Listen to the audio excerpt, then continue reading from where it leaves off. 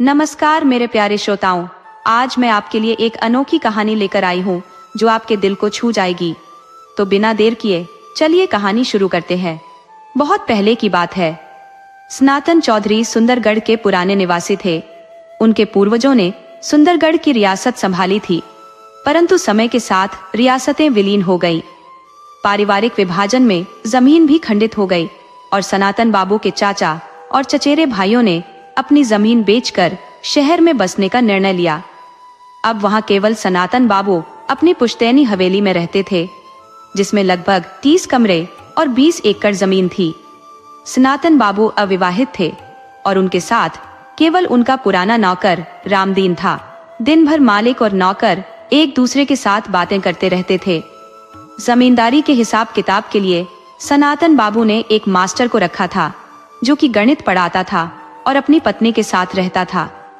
सनातन बाबू के पास एक दुर्लभ रक्त नीलम रत्न था, जिसकी विशेषता थी कि वह दिन में गुलाबी और रात में नीला हो जाता था। विश्व में ऐसे केवल 2 ही रत्न थे, एक ब्रिटिश म्यूजियम में और दूसरा सनातन बाबू के पास। इस रत्न के बारे में तब जानकारी मिली जब लंदन के म्यूजियम वाले नीलम पर एक कार्यक्रम दिखाया गया। इस प्रकार सनातन बाबू को भी इस रत्न की महत्वता का पता चला। खबर फैलते ही मीडिया और अखबार वालों ने उनका इंटरव्यू लिया और रत्न की विशिष्टता फैल गई। हर रविवार को सनातन बाबू ने रत्न को देखने की अनुमति दे दी, परंतु केवल 20 लोगों को। मास्टर जी और रामदीन ने इसकी व्यवस्था संभाली। 6 महीने बाद रत्न का प्रदर्शन बंद कर दिया गया और सनातन बाबू ने कहा कि रत्न बिक गया है। कुछ महीने बाद सनातन बाबू के 4 दोस्त अपनी पत्नियों के साथ उनके घर आने का कार्यक्रम बनाने लगे। सनातन बाबू ने खुशी खुशी उन्हें आमंत्रित किया और रामदीन और मास्टर जी से उनकी व्यवस्था करने को कहा। निश्चित दिन पर मास्टर जी के साथ सनातन बाबू रेलवे स्टेशन गए और अपने मित्रों को लेकर आए। सब लोग वहीं बैठकर ट्रेन का इंतजार करने लगे। ट्रेन आने में अभी समय था। मास्टर जी थोड़ी देर के लिए केबिन के बाहर आ गए, सिगरेट जलाकर स्टेशन पर टहलने लगे। कुछ देर बाद वे वापस लौटे। तब तक अर्दली चाय लेकर आ गया था। चाय के साथ बिस्कुट भी थे। सभी ने मिलकर चाय पी और बातचीत करने लगे। इतने में ट्रेन आने का संकेत मिला तो स्टेशन मास्टर व्यस्त हो गए और सभी प्लेटफॉर्म पर आ गए। ट्रेन आई तो सनातन बाबू और मास्टर जी सतर्क होकर चारों ओर देखने लगे। तभी सामने वाली बोगी से उनके मित्र उतरते दिखे। मास्टर जी दौड़कर उनके पास पहुंचे। मित्र उन्हें देखकर चौंके और नमस्कार किया। यह देखकर सनातन बाबू दूर से बोले, अरे भाई, वो मेरे साथ है। मास्टर जी मेरे सहायक है। सभी ने उनका अभिवादन किया। उनके मित्रों को किराए की गाड़ियों में बिठाकर सभी लोग सनातन बाबू के घर आ गए। यहाँ रामदीन ने सबके लिए चाय नाश्ते की व्यवस्था पहले ही कर रखी थी। सभी को बैठाकर गाड़ियों से सामान निकालकर रामदीन उनके कमरे में रखने लगा। सभी लान में बैठकर चाय नाश्ता करने लगे। सनातन बाबू ने मास्टर जी का परिचय सबसे करवाया। उन्होंने बताया कि ये उनके बचपन के दोस्त हैं।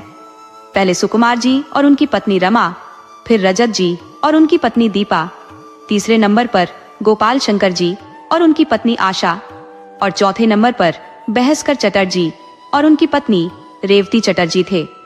मास्टर जी ने सबका अभिवादन कर सम्मान प्रकट किया। फिर सभी लोग कोठी के अंदर आए। यहाँ उन्होंने रामदीन से मेहमानों के सभी इंतजाम की जानकारी ली। थोड़ी देर बाद सभी अंदर आ गए तो रामदीन और मास्टर जी ने उन्हें उनके कमरों तक पहुंचाया। अपने अपने कमरों में जाकर सभी ने स्नान किया और ताजगी महसूस की। सनातन बाबू ने पहले ही बता दिया था कि दोपहर का भोजन ठीक 1:30 बजे होगा। सभी ने कमरे में थोड़ा आराम किया और 1:15 बजे एक एक करके डाइनिंग रूम में आ गए। भोजन के बाद 2 बज गए। तभी सुकुमार जी ने प्रस्ताव रखा कि हल्की सर्दियों के दिन है तो क्यों न सुंदरगढ़ की सैर की जाए। सभी ने सहमति दी, मगर सनातन बाबू बोले, भाई मुझे माफ करो, मुझे दोपहर में सोने की आदत है, मैं नहीं जा पाऊंगा। लेकिन मास्टर जी आपको घुमा लाएंगे। सभी तैयार होकर निकल पड़े। उन्हें लौटते लौटते शाम हो गई। लगभग 5:30 बजे कोठी में वापस आ गए। हल्की सर्दी पड़ने लगी थी, सो रामदीन ने लकड़ी वाली बड़ी सी अंगीठी जलाकर लान में छतरी के नीचे सजा दी। सभी आकर वहीं बैठ गए। रामदीन बोला, आप लोग यहीं बैठो, मैं चाय और गर्म पकौड़े लाता हूँ।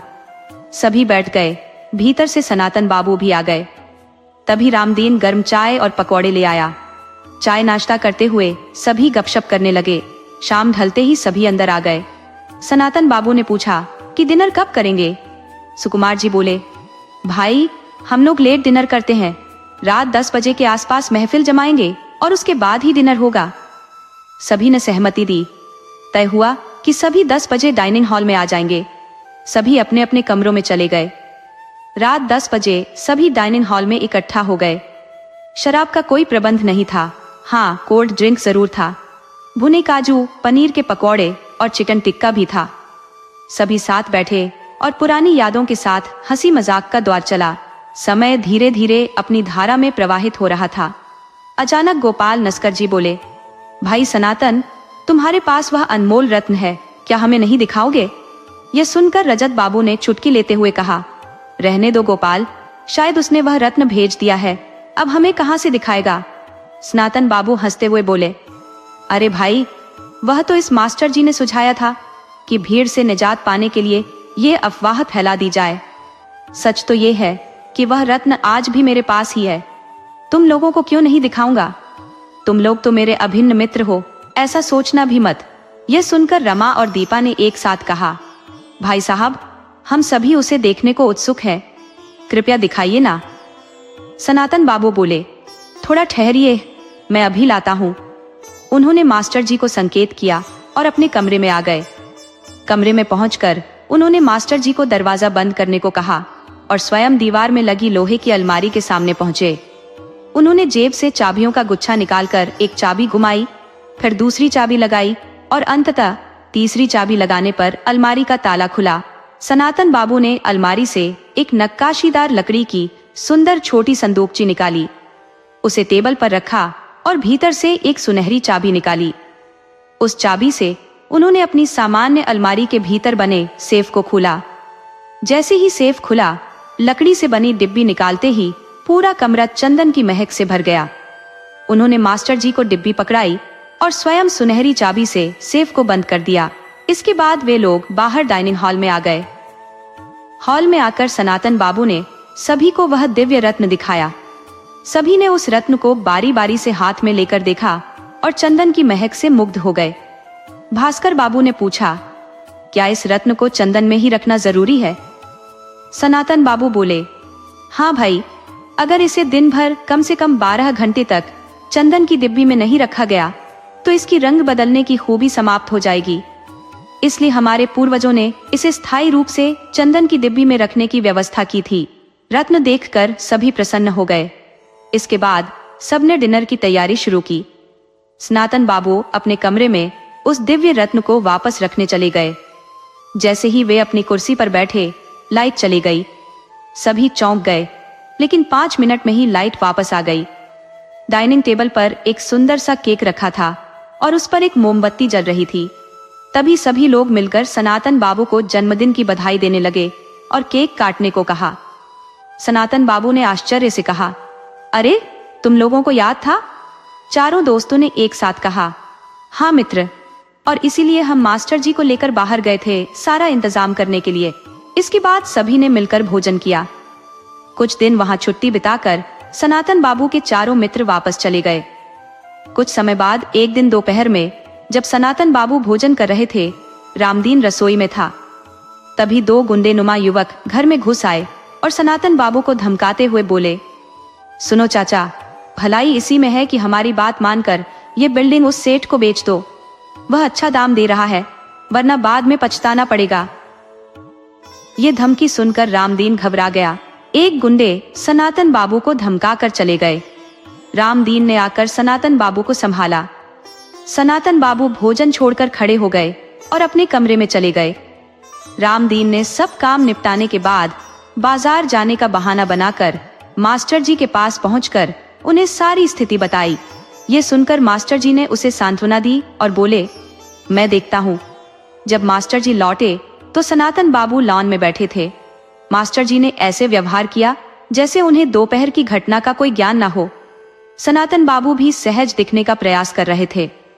मास्टर जी अंदर चले गए। रामदीन चाय बनाकर रख गया। 1 घंटे बाद सनातन बाबू ने मास्टर जी को अपने पास बुलाया। जब वे आए तो सनातन बाबू ने उन्हें दोपहर वाली घटना बताई और बोले, भाई साहब, अब इन गुंडों का आतंक बढ़ता ही जा रहा है। आज तो वे घर में घुसकर धमका गए, कल को गोली मार देंगे। मैं बहुत घबरा गया हूँ। लगता है इस धरोहर को संभालना अब मेरे लिए कठिन हो गया है। मास्टर जी ने उन्हें सांत्वना दी और पुलिस में रिपोर्ट करने की सलाह दी, लेकिन सनातन बाबू ने मना कर दिया।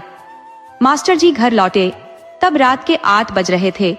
उनके लौटने के कुछ ही मिनट बाद उनके 2 मित्र नीलेश और हरमन आ गए। दरअसल आज मास्टर जी के घर पर उन्हें डिनर का निमंत्रण था। वे बैठकर आपस में बातें करने लगे। भीतर मास्टर जी की पत्नी भोजन की तैयारी कर रही थी।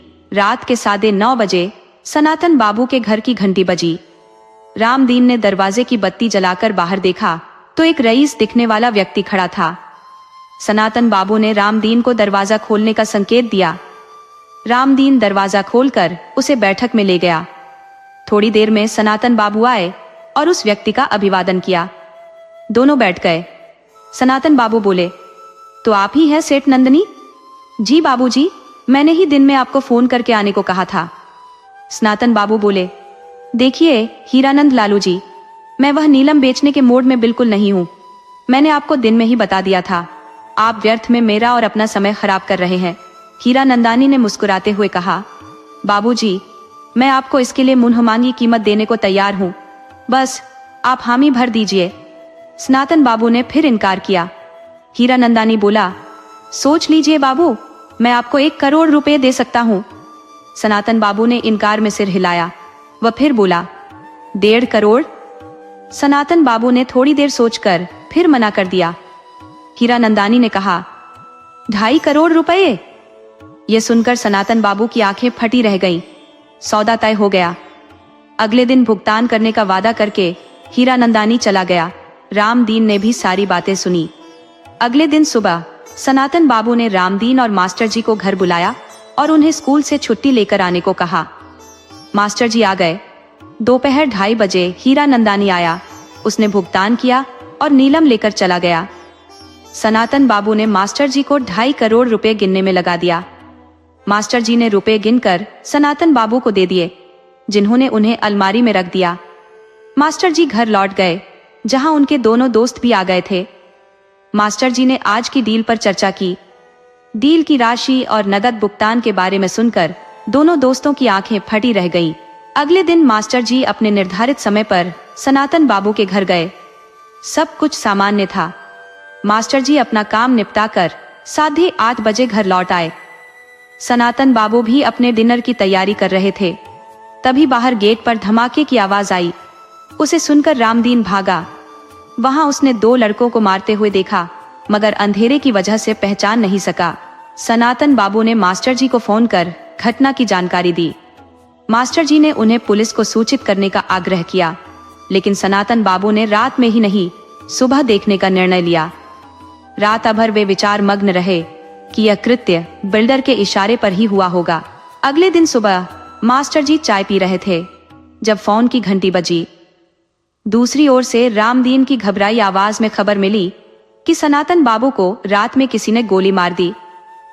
सुबह जब वे नहीं उठे तो कमरे में देखा गया कि वे खून से लथपथ पड़े थे। मास्टर जी ने रामदीन को किसी भी चीज को छेड़ने से मना किया और तुरंत पुलिस को फोन किया। रामदीन से सनातन बाबू की हत्या की खबर सुनकर मास्टर जी तुरंत उनकी कोठी की ओर दौड़े। कोठी पहुंचते ही उन्होंने सबसे पहले उस कमरे का दरवाजा बंद करवाया जहां हत्या हुई थी। इसके बाद उन्होंने थाने में फोन किया। इंस्पेक्टर शमशेर सिंह, जो उनके परिचित थे, ने फोन उठाया। मास्टर जी ने उन्हें सनातन बाबू की मौत की खबर देकर तुरंत आने को कहा। शमशेर सिंह बोले कि वे 20 मिनट में पहुंच जाएंगे और तब तक किसी भी चीज को हाथ न लगाया जाए। थोड़ी देर में शमशेर सिंह अपने टीम के साथ पहुंचे। उनके साथ फोटोग्राफर, फॉरेंसिक विशेषज्ञ और फिंगरप्रिंट एक्सपर्ट भी थे। मास्टर जी उन्हें उस कमरे तक ले गए। शमशेर सिंह ने कमरे का दरवाजा बाहर से बंद देखकर मास्टर जी की ओर देखा, जिन्होंने बताया कि छेड़छाड़ से बचाने के लिए दरवाजा बंद किया था। शमशेर सिंह ने अपनी टीम को निर्देश दिए और वे लोग कमरे में चले गए और काम शुरू कर दिया। शमशेर सिंह बाहर आकर मास्टर जी से बातचीत करने लगे। रामदीन सबके लिए चाय लेकर आया। वह अभी तक रो रहा था। शमशेर सिंह ने उसे पास बुलाया और पूछा, तुम्हें अपने मालिक से बहुत लगाव था? रामदीन ने आंसू पोंछते हुए कहा, जी सरकार, बचपन से ही इसी घर में बड़ा हुआ हूँ। मालिक को हमेशा से देखता आया हूँ। आज उनकी मृत देह देखकर मेरा दिल टूट गया है। न जाने कौन थे ये हत्यारे जिन्होंने एक बुजुर्ग की हत्या कर दी। मास्टर जी ने रामदीन के कंधे पर हाथ रखकर सांत्वना दी और बोले, जाने वाले तो चले गए, अब हमारे पास सिवाय अफसोस के कुछ नहीं है। फिर भी यदि हम हत्यारों को सजा दिला सके तो कम से कम संतोष होगा। शमशेर सिंह ने फिंगरप्रिंट विशेषज्ञ से पूछा, कुछ मिला? विशेषज्ञ ने बताया कि कमरे में 5 लोगों के फिंगरप्रिंट मिले हैं। मास्टर जी ने कहा, 3 फिंगरप्रिंट तो हमारे हैं, यानी सनातन बाबू, मेरे और रामदीन के। बाकी 2 हत्यारों के हो सकते हैं। शमशेर सिंह ने कहा, ऐसा हो सकता है, चलिए आप दोनों के भी फिंगरप्रिंट ले जाएं। वे कमरे के भीतर चले गए। सनातन बाबू की कुर्सी और अलमारी के हत्थे पर फिंगरप्रिंट मिले। अब यह स्पष्ट हो गया कि हत्यारे 2 थे और अलमारी में फिंगरप्रिंट मिलने से मास्टर जी ने शक जताया कि हत्याकांड लूट के इरादे से हुआ होगा, क्योंकि उस नीलम के बदले हीरा नंदानी द्वारा दिए गए 2.5 करोड़ अब भी बैंक में जमा नहीं हुए थे। मास्टर जी ने जब सनातन बाबू के घर में 2.5 करोड़ नकद की मौजूदगी की जानकारी इंस्पेक्टर शमशेर सिंह को दी तो वह आश्चर्यचकित रह गए। उन्होंने मास्टर जी से पूरी घटना विस्तार से बताने का अनुरोध किया। मास्टर जी ने उन्हें संपूर्ण विवरण दिया, जिसमें बताया कि सनातन बाबू ने स्वयं उन्हें यह रकम गिनवाई थी। शमशेर सिंह ने गंभीरता से माथे पर बल डालते हुए कहा, इसका मतलब सेठ हीरा नंदानी भी इस मामले में शामिल हो सकता है, क्योंकि उसे पता था कि इतनी बड़ी रकम असुरक्षित ढंग से इस घर में रखी हुई है। वह किराए के गुंडों से भी यह काम करवा सकता था ताकि लूट कर भाग सके। मास्टर जी ने बीच में टोका, इंस्पेक्टर साहब, आप बल्लर किशन और उसके गुंडों को भी भूल रहे हैं, जिन्होंने सनातन बाबू को धमकाया था। शमशेर सिंह ने संयम से कहा, मैं किसी को नहीं भूल रहा हूं जनाब। मेरी सूची में तो आप भी संदिग्ध हैं, क्योंकि आपने स्वयं ही जीवन में पहली बार 2.5 करोड़ जैसी रकम देखी और गिनी थी। आपको भी लालच आ सकता है। मास्टर जी ने प्रतिवाद किया, सर, मैं एक सीधा सादा ईमानदार स्कूल मास्टर हूँ। मैं ऐसी भयानक घटना को कैसे अंजाम दे सकता हूँ? और हाँ, मैंने सुना है रिवॉल्वर से गोली चलाने पर बारूद के कण चलाने वाले के हाथों में चिपक जाते हैं, जो साधारण तौर पर दिखाई नहीं देते, लेकिन फॉरेंसिक विशेषज्ञ उन्हें ट्रेस कर लेते हैं। शमशेर सिंह ने गौर से मास्टर जी को देखा और कहा, चलिए आपकी जांच करवा ही लेते हैं, कम से कम एक संदिग्ध तो साफ हो जाएगा। मास्टर जी तैयार हो गए। फॉरेंसिक विशेषज्ञों ने उनके हाथों की जांच की और उन्हें निर्दोष पाया। मास्टर जी ने हाल में लगे वॉश बेसिन से अच्छी तरह हाथ धोए और रामदीन को आवाज दी। रामदीन के आने पर उन्होंने सबके लिए चाय लाने को कहा। रामदीन चाय लेकर आया। चाय पीते हुए इंस्पेक्टर शमशेर ने फिंगरप्रिंट विशेषज्ञ से सवाल किया, क्या बाकी 2 फिंगरप्रिंट पूरे घर में कहीं और भी मिले हैं? विशेषज्ञ ने बताया, नहीं, घर में नहीं, लेकिन जीने की रेलिंग और मुख्य दरवाजे की कुंडी पर मिले हैं। फॉरेंसिक विशेषज्ञ ने यह भी बताया कि सनातन बाबू को बहुत करीब से गोली मारी गई है और गोली उनके दिल के आर पार निकल गई है। उनकी मौत 10 घंटे पहले, यानी लगभग रात 2 बजे के बीच हुई है। ये सारी जानकारी शमशेर के साथ आए कांस्टेबल ने नोट कर ली। फॉरेंसिक और फिंगरप्रिंट विशेषज्ञ चले गए। इधर शमशेर सिंह ने रामदीन को बुलाया और मास्टर जी के साथ सनातन बाबू के कमरे में चले गए। सनातन बाबू का कमरा बहुत बड़ा था, लगभग 22 फुट बाय 25 फुट। उसमें 4 अलमारियां दीवारों पर बनी हुई थी। उनकी 2 विशाल लकड़ी की अलमारियां भी थी। उन अलमारियों में केवल कपड़ों का अंबार लगा था। शमशेर सिंह ने रामदीन और मास्टर जी से पूछा, आप लोग बता सकते हैं कि इन अलमारियों में क्या है? रामदीन ने सिर हिलाया और कहा, बाकी अलमारियां का तो नहीं बता सकता, लेकिन एक अलमारी मेरे सामने खोली गई थी जिसमें नीलम रखा गया था, इतना तो मैं जानता हूँ। शमशेर सिंह ने सिर हिलाकर कहा, अच्छा। फिर रामदीन से बोले, सनातन बाबू इन सब की चाबी कहाँ रखते थे, ये तो तुम बता ही सकते हो। रामदीन ने हामी भरते हुए कहा, बाबू इन सब अलमारियों की चाबी अपने पास रखते थे। शमशेर सिंह ने एक एक अलमारी की जांच की। सभी बंद थी, सिवाय एक के जो खुली मिली। उसे देखकर मास्टर जी बोले, याद आया सर, मैंने रुपये गिनकर इसी अलमारी में रखे थे। ये हत्या केवल प्रॉपर्टी के लिए नहीं बल्कि लूट के लिए भी हो सकती है। ये लूट इस हत्या का अहम सुराग बन सकती है। मास्टर जी की बात सुनकर शमशेर सिंह ने सिर हिलाते हुए कहा, आप सही कह रहे हैं मास्टर जी। अब बताइए, कल रात यहाँ से जाने के बाद आपने क्या किया? मास्टर जी नाराजगी से बोले, मतलब आप अभी भी मुझे शक के दायरे में रखे हुए हैं? शमशेर सिंह हंसते हुए बोले, क्या करें मास्टर जी, हमारी तफ्तीश तो यहीं से शुरू होती है। मास्टर जी ने अपने कल रात की सभी गतिविधियों का विस्तार से वर्णन किया। शमशेर सिंह ने कहा, फिलहाल आपको शक के दायरे से बाहर करता हूँ। आइए अब हॉल में चलें। हॉल में पहुंचकर उन्होंने रामदीन को चाय लाने को कहा। रामदीन चाय लेकर आया। चाय पीते हुए शमशेर सिंह बोले, मास्टर जी, फॉरेंसिक टीम से क्लीन चिट मिल गई है। अब आप हमारे साथी बन गए हैं। आपको इस हत्याकांड का रहस्य खोलने में फ्री हैंड दे रहा हूँ। हम पुलिस वाले तो अपनी तरह से जांच करते हैं, लेकिन आप एक सिविलियन की हैसियत से कुछ नया भी सोच सकते हैं। चलिए आप भी काम पर लग जाइए। मास्टर जी ने घटनाओं की कड़ियों को जोड़ना शुरू किया। उन्हें याद आया कि सबसे पहले सनातन बाबू के मित्रों के सामने नीलम निकाला गया था। फिर किशन सेठ के गुंडों ने उन्हें धमकाया। उसके बाद सेठ हीरा नंदानी ने नीलम को ऊंची कीमत देकर खरीदा। फिर घर के मुख्य गेट पर धमाका हुआ और रात में सनातन बाबू की हत्या हो गई। अलमारी से 2.5 करोड़ लूट ले गए।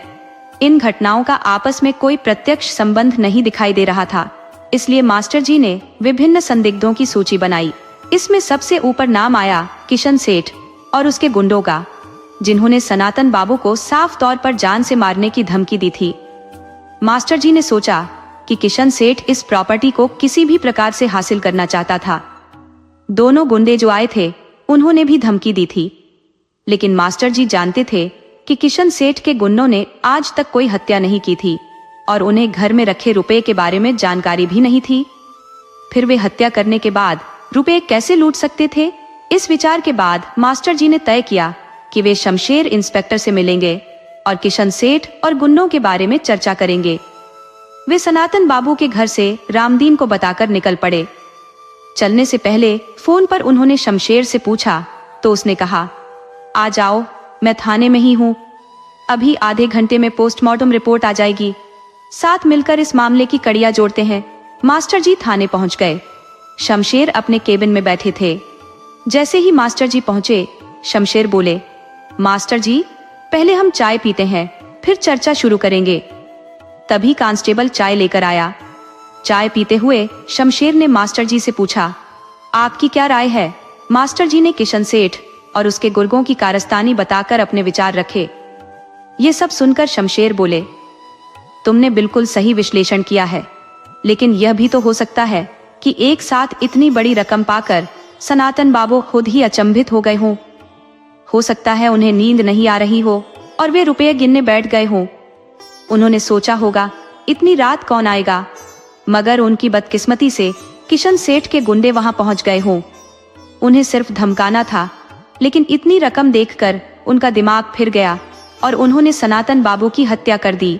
मास्टर जी ने सहमति में सिर हिलाते हुए कहा, जी आप सही कह रहे हैं, यह भी संभव है। आखिर पुलिस वालों की अपनी अलग ही सोच होती है और होनी भी चाहिए। शमशेर सिंह ने मास्टर जी से कहा, आप सबसे पहले किशन सेठ और उसके गुंडों की तहकीकात करवाई, उनकी उस रात की गतिविधियों को जांचिए। शमशेर सिंह बोले, हाँ भाई, मैं इसकी व्यवस्था करवाता हूँ। अब तुम घर जाओ, सुबह से बहुत व्यस्त रहे हो, शायद घर का नाश्ता भी अब तक नहीं किया होगा, और तुम्हारी श्रीमती जी भी हम पुलिस वालों को कोस रही होंगी। मास्टर जी मुस्कुराकर बोले, नहीं थानेदार साहब, मेरी पत्नी सब समझती है और विशेषकर पुलिस वालों का बहुत सम्मान करती है। शमशेर सिंह मुस्कुराए और कहा, चलो फिर एक दिन आपके घर चाय पर आता हूँ।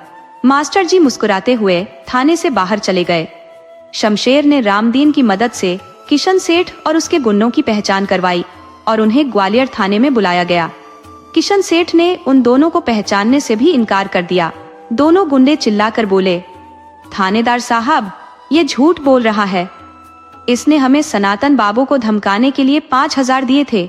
और हम उसके ऑफिस में भी 2 बार गए थे। वहां का चपरासी भी हमें पहचानता है। चपरासी को बुलाकर उसने उन दोनों की पहचान करवाई और उसने भी हामी भरी कि ये लोग सेठ जी के पास आते थे। अब शमशेर ने किशन सेठ को धमकाया और उसे घटना की शाम से लेकर सुबह तक की गतिविधियों की जानकारी देने को कहा। सनातन बाबू की हत्या की बात सुनकर वह घबरा गया। किशन सेठ ने कहा, हाँ, मैं उनकी जमीन और कोठी खरीदना चाहता था, मगर वे बेचने को राजी नहीं थे। तब मैंने उन्हें धमकाकर प्रॉपर्टी बेचने पर मजबूर करने की सोची और इन दोनों का सहारा लिया।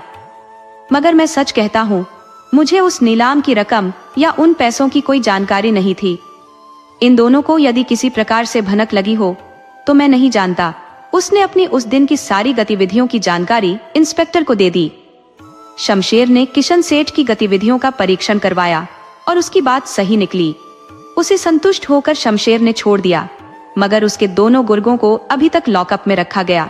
शमशेर का मानना था कि हो सकता है किसी प्रकार से इन लोगों ने नीलाम की रकम की जानकारी पाली हो और लालच में आकर सनातन बाबू को लूटने की योजना बनाई हो। उनके विरोध करने पर उन्होंने सनातन बाबू की हत्या कर दी हो। शमशेर ने किशन सेठ को छोड़ने और उन दोनों गुंडों को रोक कर रखने की जानकारी मास्टर जी को फोन पर दे दी। यह सुनकर मास्टर जी सोचने लगे कि ये सिर्फ दोनों गुंडों का काम नहीं हो सकता। उनकी अकेले इतनी हिम्मत नहीं हो सकती, क्योंकि आज तक उन्होंने हल्की फुल्की लूटपाट के अलावा कोई बड़ी चोरी या डकैती नहीं की थी। फिर इतनी बड़ी रकम लूटने के बाद वे भाग नहीं सकते थे। मास्टर जी की नजर अब सेठ हीरानंदानी पर थी, जिन्होंने नीलाम खरीदा था और जिन्हें रकम घर पर होने की जानकारी थी। मास्टर जी ने सेठ हीरानंदानी पर ध्यान केंद्रित करना शुरू किया। उन्होंने शमशेर से पूछा, पोस्टमार्टम रिपोर्ट आ गई है क्या? शमशेर ने कहा, हाँ। जब मास्टर जी ने रिपोर्ट के बारे में पूछा तो शमशेर ने बताया, कोई नई बात नहीं पता चली। पॉइंट ब्लैंक रेंज से गोली सीने में लगी थी, जो मौत का कारण बनी। कोई छीनाज पट्टी या हाथापाई के निशान नहीं है। यह सुनकर मास्टर जी बोले, मतलब सनातन बाबू को पता ही नहीं चला कि हत्यारे कौन थे? शमशेर ने कहा, ऐसा नहीं है मास्टर जी।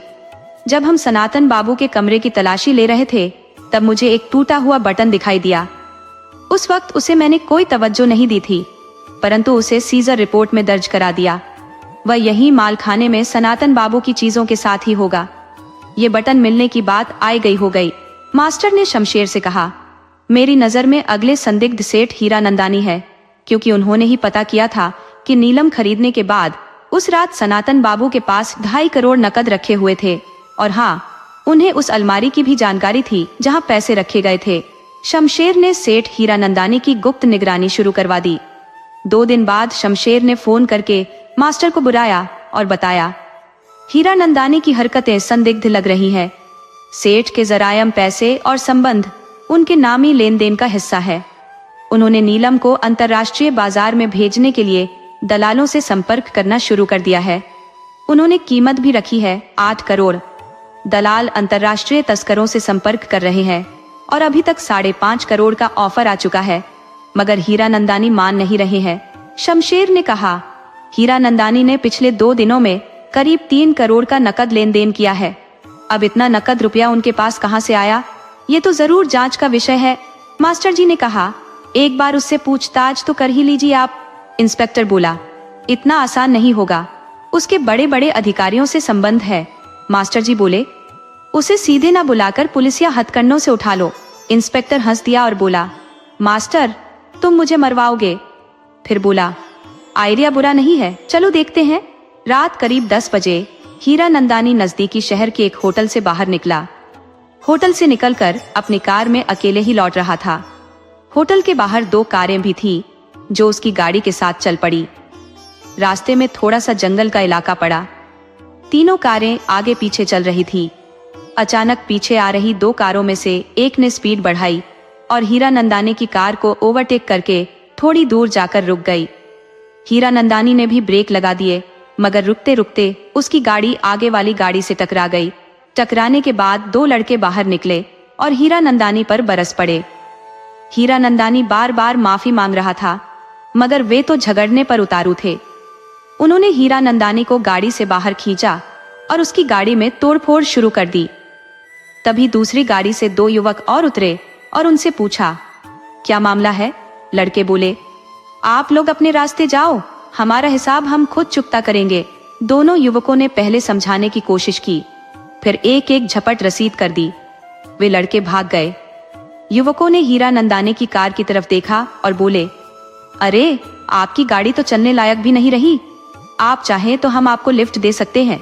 हीरा नंदानी ने गाड़ी को देखा, फिर दोनों युवकों के साथ जाने के लिए राजी हो गया। रास्ते में बातों बातों में उन्होंने उससे उसके काम धंधे के बारे में पूछा। वो बोला, मैं छोटा मोटा हीरों का व्यापारी हूँ। तब उन्होंने रक्तवर्ण नीलम के बारे में पूछा तो हीरा नंदानी ने कहा, उसके बारे में सुना है।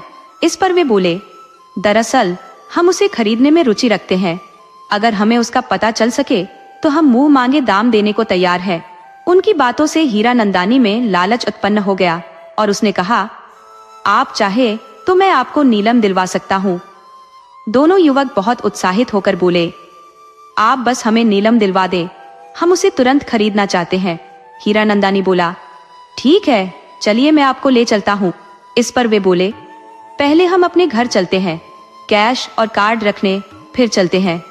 हीरा नंदानी उनकी बात मानकर तैयार हो गया और उसे लेकर वे एक बाहरी इलाके में बने बंगले में आ गए। दोनों ने हीरा नंदानी को आदर पूर्वक भीतर बुलाया। भीतर पहुंचते ही एकदम अंधकार छा गया।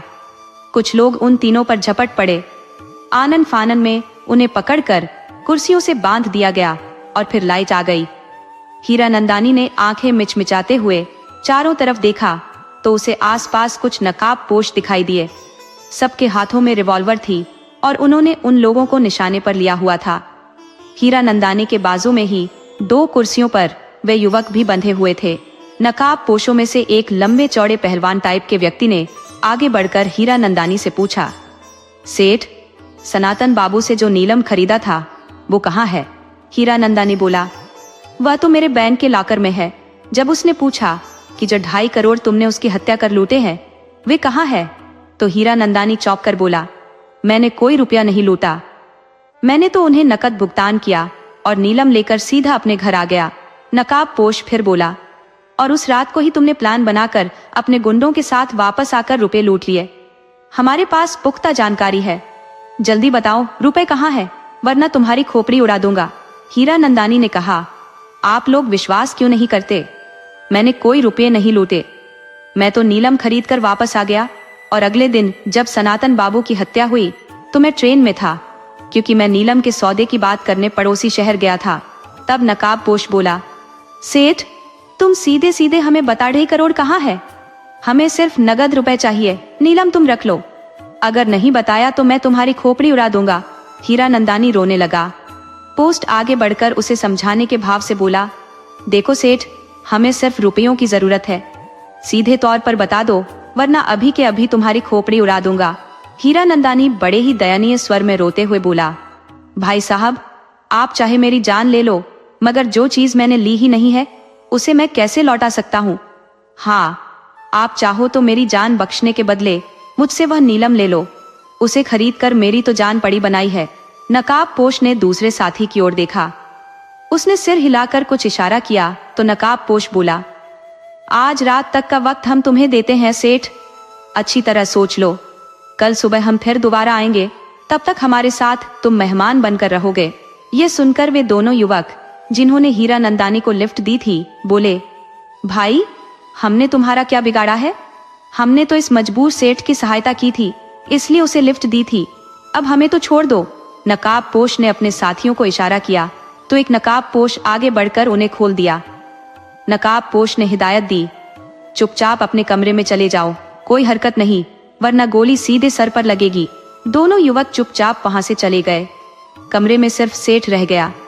इधर दूसरे कमरे से आकर नकाबपोशों ने नकाब उतार दिए तो सामने मास्टर और शमशेर और पुलिस के जवान दिखाई दिए। शमशेर ने मास्टर से पूछा, अब क्या कहते हो? मास्टर बोला, जरा पिछले शहर के उस ट्रेन के आने का समय और उस शहर में उस ट्रेन के पहुंचने के समय के सीसीटीवी फुटेज निकलवाई जाए, पता चल जाएगा कि सेठ झूठ बोल रहा है या सच। शमशेर ने फुटेज प्राप्त करने की व्यवस्था कर दी। 3 घंटे में फुटेज प्राप्त हो गई और सेठ की बात सही साबित हुई, मतलब सेठ को भी क्लीन चिट मिल गई। सेठ को 1 घंटे बाद छोड़ दिया गया। और मास्टर शमशेर फिर इस हत्या को सुलझाने की तरकीब सोचने लगे। शमशेर ने मास्टर से कहा, मास्टर जी, हमारी नजर में जो संदिग्ध थे हम तो सबकी जांच कर चुके हैं, लगता है हम कहीं पर चूक कर रहे हैं। मास्टर जी बोले, मैं भी ऐसा ही सोच रहा हूँ। चलिए हम थाने चलते हैं और एक एक करके सभी प्राप्त सबूतों का फिर से विश्लेषण करते हैं। दोनों थाने आ गए। शमशेर ने चाय मंगवाई। चाय पीने के बाद शमशेर बोला, मास्टर, सुबह हो गई है, आज इतवार है, आप घर जाकर थोड़ा आराम कर लो, फिर शहर में भोजन करके थाने आ जाना, तब इस बारे में सोचेंगे। मास्टर अपने घर चला गया। उसकी पत्नी भी उसके इंतजार में रात में ठीक से सो नहीं पाई थी, इसलिए वह थोड़ी देर आराम करने चली गई। लगभग 10 बजे उठकर उन्होंने चाय पी और फिर नाश्ता करने बैठी। मास्टर की पत्नी ने गर्मा गर्म पूरी और आलू की सब्जी बनाई थी। नाश्ता करने के बाद मास्टर की नजर सामने वाली दीवार पर टंगी फोटो पर गई। वह लगभग 1 साल पुरानी फोटो थी। उस फोटो में मास्टर और उसके दोनों दोस्त हरमन और नीलेश उसके साथ थे। सबसे आगे हरमन था, उसके पीछे गले में हाथ डाले नीलेश और उसके पीछे मास्टर था। हरमन ने लाल धारीदार शर्ट पहनी हुई थी। उसमें जो बटन थे वे काले रंग के थे, जिन पर गोल्डन धारी बनी हुई थी, जिन्होंने उन बटनों को एक अलग ही आकर्षक लुक दे रखा था। उस फोटो को उसकी पत्नी अलका ने खींचा था। मास्टर बोला, अलका, तुम्हें याद है ये तस्वीर तुमने पिछले साल खींची थी, जब हरमन और नीलेश के पहले प्रोजेक्ट पर अपना घर का मुहूर्त किया था। अलका कहने लगी, हाँ याद आया, उस दिन हम सभी वहां गए थे। फिर कुछ याद करते हुए बोली, हाँ, उस रात में हमारे घर भोजन करते हुए वे लोग बता रहे थे ना कि आजकल उनकी साइट पर काम रुका हुआ है क्योंकि फंड की दिक्कत आ रही है। इन्वेस्टर्स मार्केट की मंदी को देखते हुए पीछे हट रहे हैं और उनके पास भी इतनी रकम नहीं है कि वे प्रोजेक्ट को चालू रख सके। हरमन भाई तो कह रहे थे कि उन्होंने अपनी सारी जमा पूंजी इस प्रोजेक्ट पर लगा दी है, और नीलेश भी बोल रहा था कि उसके पास अब पैसे नहीं बचे हैं। ऊपर से उन्होंने वहां मकान बुक करवाया है। वहां के मकान वाले भी दबाव डाल रहे हैं कि प्रोजेक्ट जल्दी से पूरा किया जाए। मास्टर को सारी बातें याद आ गई। खैर, नाश्ता खत्म होने के बाद ये टॉपिक भी खत्म हो गया। अलका ने पूछा, सनातन बाबू के हत्यारों का कुछ पता चला? मास्टर जी बोले, नहीं यार, अभी तक पुलिस अंधेरे में ही हाथ पैर मार रही है। जिन लोगों पर शक था सबको टटोलने के बाद भी खाली हाथ है, अभी कुछ भी पल्ले नहीं पड़ा। यह सुनकर अलका ने गहरी सांस ली और बोली, पता नहीं कौन मिशंस हत्यारे हैं जो एक भले मानस का खून कर छिप गए। मास्टर जी बोले, मैं भी यही सब सोच सोच कर परेशान हूँ। देखो, भगवान सहायता जरूर करेंगे। तभी टेलीफोन की घंटी बजी। अलका ने फोन उठाया। वह मास्टर से बोली, थाने से फोन है, शमशेर जी आपसे कुछ पूछ रहे हैं। मास्टर जी ने रिसीवर लेकर कहा, जी हुक्म कीजिए सरकार। उधर से शमशेर की आवाज आई, आराम कर लिया हो तो आ जाओ। मास्टर जी, आज सुबह सुबह उमस और उस पर एसपी साहब की डांट खाना बस रह गई है। सेठ जी के केस पर जल्दी से जल्दी कार्रवाई की जाए, वरना किशन सेठ और हीरा नंदानी के मामले में हमारी कार्य प्रणाली पर भी सवाल उठा रहे हैं। खासकर हीरा नंदानी के मामले में तो वे बिल्कुल ही फूट पड़े हैं। मेरा ट्रैक रिकॉर्ड बढ़िया है, वरना सस्पेंशन नहीं तो ट्रांसफर तो निश्चित ही था। उन्होंने मुझे 3 दिन का वक्त दिया है। अब हमें हर हाल में हथियारों को पकड़कर कानून के हवाले करना ही है, वरना मेरी खैर नहीं, क्योंकि डीएसपी साहब का ऑर्डर है। मास्टर बोले, आप चिंता मत करिए साहब, मैं अभी थाने आ रहा हूँ। उम्मीद है हम दोनों मिलकर आज ही इस मामले को सुलझा लेंगे। शमशेर ने कहा, तो जल्दी आओ, मैं इंतजार कर रहा हूँ। मास्टर ने हल्का से कहा, मैं थाने जा रहा हूँ। शमशेर बड़ी परेशानी में है, लंच पर मेरा इंतजार मत करना।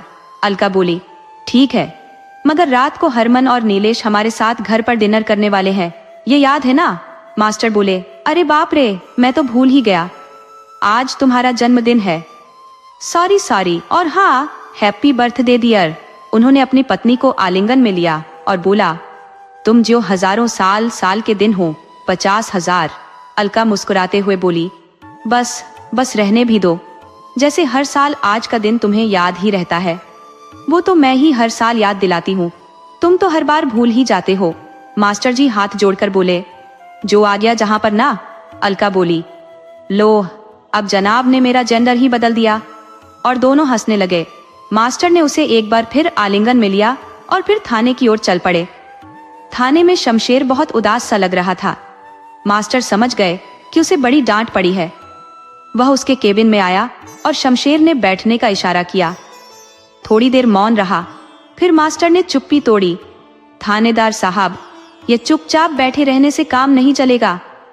चलिए हम एक एक कर घटनाओं की कड़ियों को मिलाते हैं। जहां भी कड़ी मिसिंग लगी वहीं से शुरू करेंगे। शमशेर बोला, ठीक है। सबसे पहले सनातन बाबू के दोस्तों का अचानक इतने साल बाद आना, फिर जन्मदिन मनाकर उस नीलम को देखकर वापस जाना। मास्टर जी बोले, कहीं कुछ नहीं। शमशेर ने सिर हिलाया। मास्टर एक एक कर घटना की कड़ियां मिलाते रहे। शमशेर हामी भरता रहा, मगर नतीजा फिर भी विफल रहा। मास्टर बोले, आखिर हमसे चूक कहाँ हो रही है? हम हर कड़ी परफेक्ट थे। तभी उन्हें याद आया कि किशन सेठ नहीं, जोधा गुंडे अभी भी पुलिस के कब्जे में है। उन्होंने शमशेर से कहा, गुंडों को बुलाओ और हाँ, उन्हें बिल्कुल डराना नहीं, बस मुझे कुछ सवाल करने देना। इंस्पेक्टर कहने लगा, ठीक है। मास्टर बोले, ऐसा करो, एक प्राइवेट गाड़ी में उन दोनों को बिठाओ और सिर्फ हम दोनों उस गाड़ी में रहेंगे। तुम गाड़ी चलाना, मैं उनसे जानकारी लूंगा। शमशेर ने सारी व्यवस्था कर ली। वह उन दोनों गुंडों को लेकर रवाना हो गए और मास्टर के कहने पर शमशेर गाड़ी शहर के बाहर ले चला। बाहर जंगल की ओर गाड़ी मुड़ी तो दोनों गुंडे घबराकर पूछने लगे, साहब हमें कहाँ ले जा रहे हो? शमशेर बोला, चुपचाप बैठो, ज्यादा चूं चपड़ की तो यही उड़ा दूंगा। दोनों घबरा गए।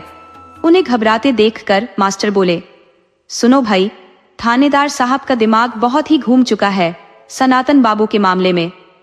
आज उन्हें एएसपी साहब से खूब डांट पड़ी है, इसलिए जरा शांति से सोचो और घटना के दिन और उसके आगे के 2-3 दिनों की सारी जानकारी हमें दे दो। हमें मालूम है कि तुम लोग पिछले 1 महीने से सारा दिन रात उनके घर की निगरानी कर रहे हो। कौन कौन उनके यहाँ आया और कौन कौन उनके घर से गया, सब कुछ बता दो। अगर कुछ भी गलत बोले तो ये पागल अफसर तुरंत गोली चला देगा। मास्टर की बात सुनकर दोनों और घबरा गए।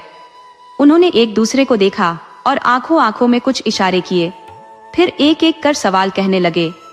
मास्टर जी गौर से सब सुन रहे थे। उन दोनों ने बताया कि ज्यादातर उस घर में कोई आता जाता नहीं, मगर सेठ हीरा नंदानी जरूर वारदात के 2 दिन पहले रात में सनातन बाबू से मिलने आया था। उस दिन के बाद से रामदेव, जो अधिकतर अपने घर की चारदीवारी में समय व्यतीत करता था, अचानक अनजाने स्थानों की ओर अग्रसर होने लगा। उन्होंने बताया, पहले तो हमें कुछ असामान्य लगा। ये व्यक्ति जो वर्षों से घर से बाहर नहीं निकला था, अब कहाँ जा रहा है? उन्होंने उसका पीछा किया और पाया कि वह अपने घर प्रोजेक्ट वाली साइट पर गया था। यह सुनकर मास्टर चौंक गए। उन्होंने पूछा, वह वहां किससे मिलने गया था या मकान खरीदने की सोच कर गया था? इस पर उन्होंने जवाब दिया, हम नहीं बता सकते, पर वह सिर्फ ऑफिस में ही गया था। और 20 मिनट बाद जब वह वहां से निकला तो साइट का एक मालिक उसे बाहर तक छोड़ने आया। ये जानकारी मास्टर और शमशेर को स्तब्ध करने के लिए पर्याप्त थी। मास्टर ने अर्थपूर्ण नजरों से शमशेर को देखा और उसने भी सहमति में सिर हिलाया। मास्टर ने पूछा, क्या तुमने और कुछ देखा? उन्होंने बताया, उसी दिन रामदीन दोबारा उसी जगह पर गया और 5 मिनट में लौट आया। बाहर आते हुए वह चारों ओर चौकन्नी नजरों से देखता रहा, जैसे उसे डर था कि कोई उसे देख न ले।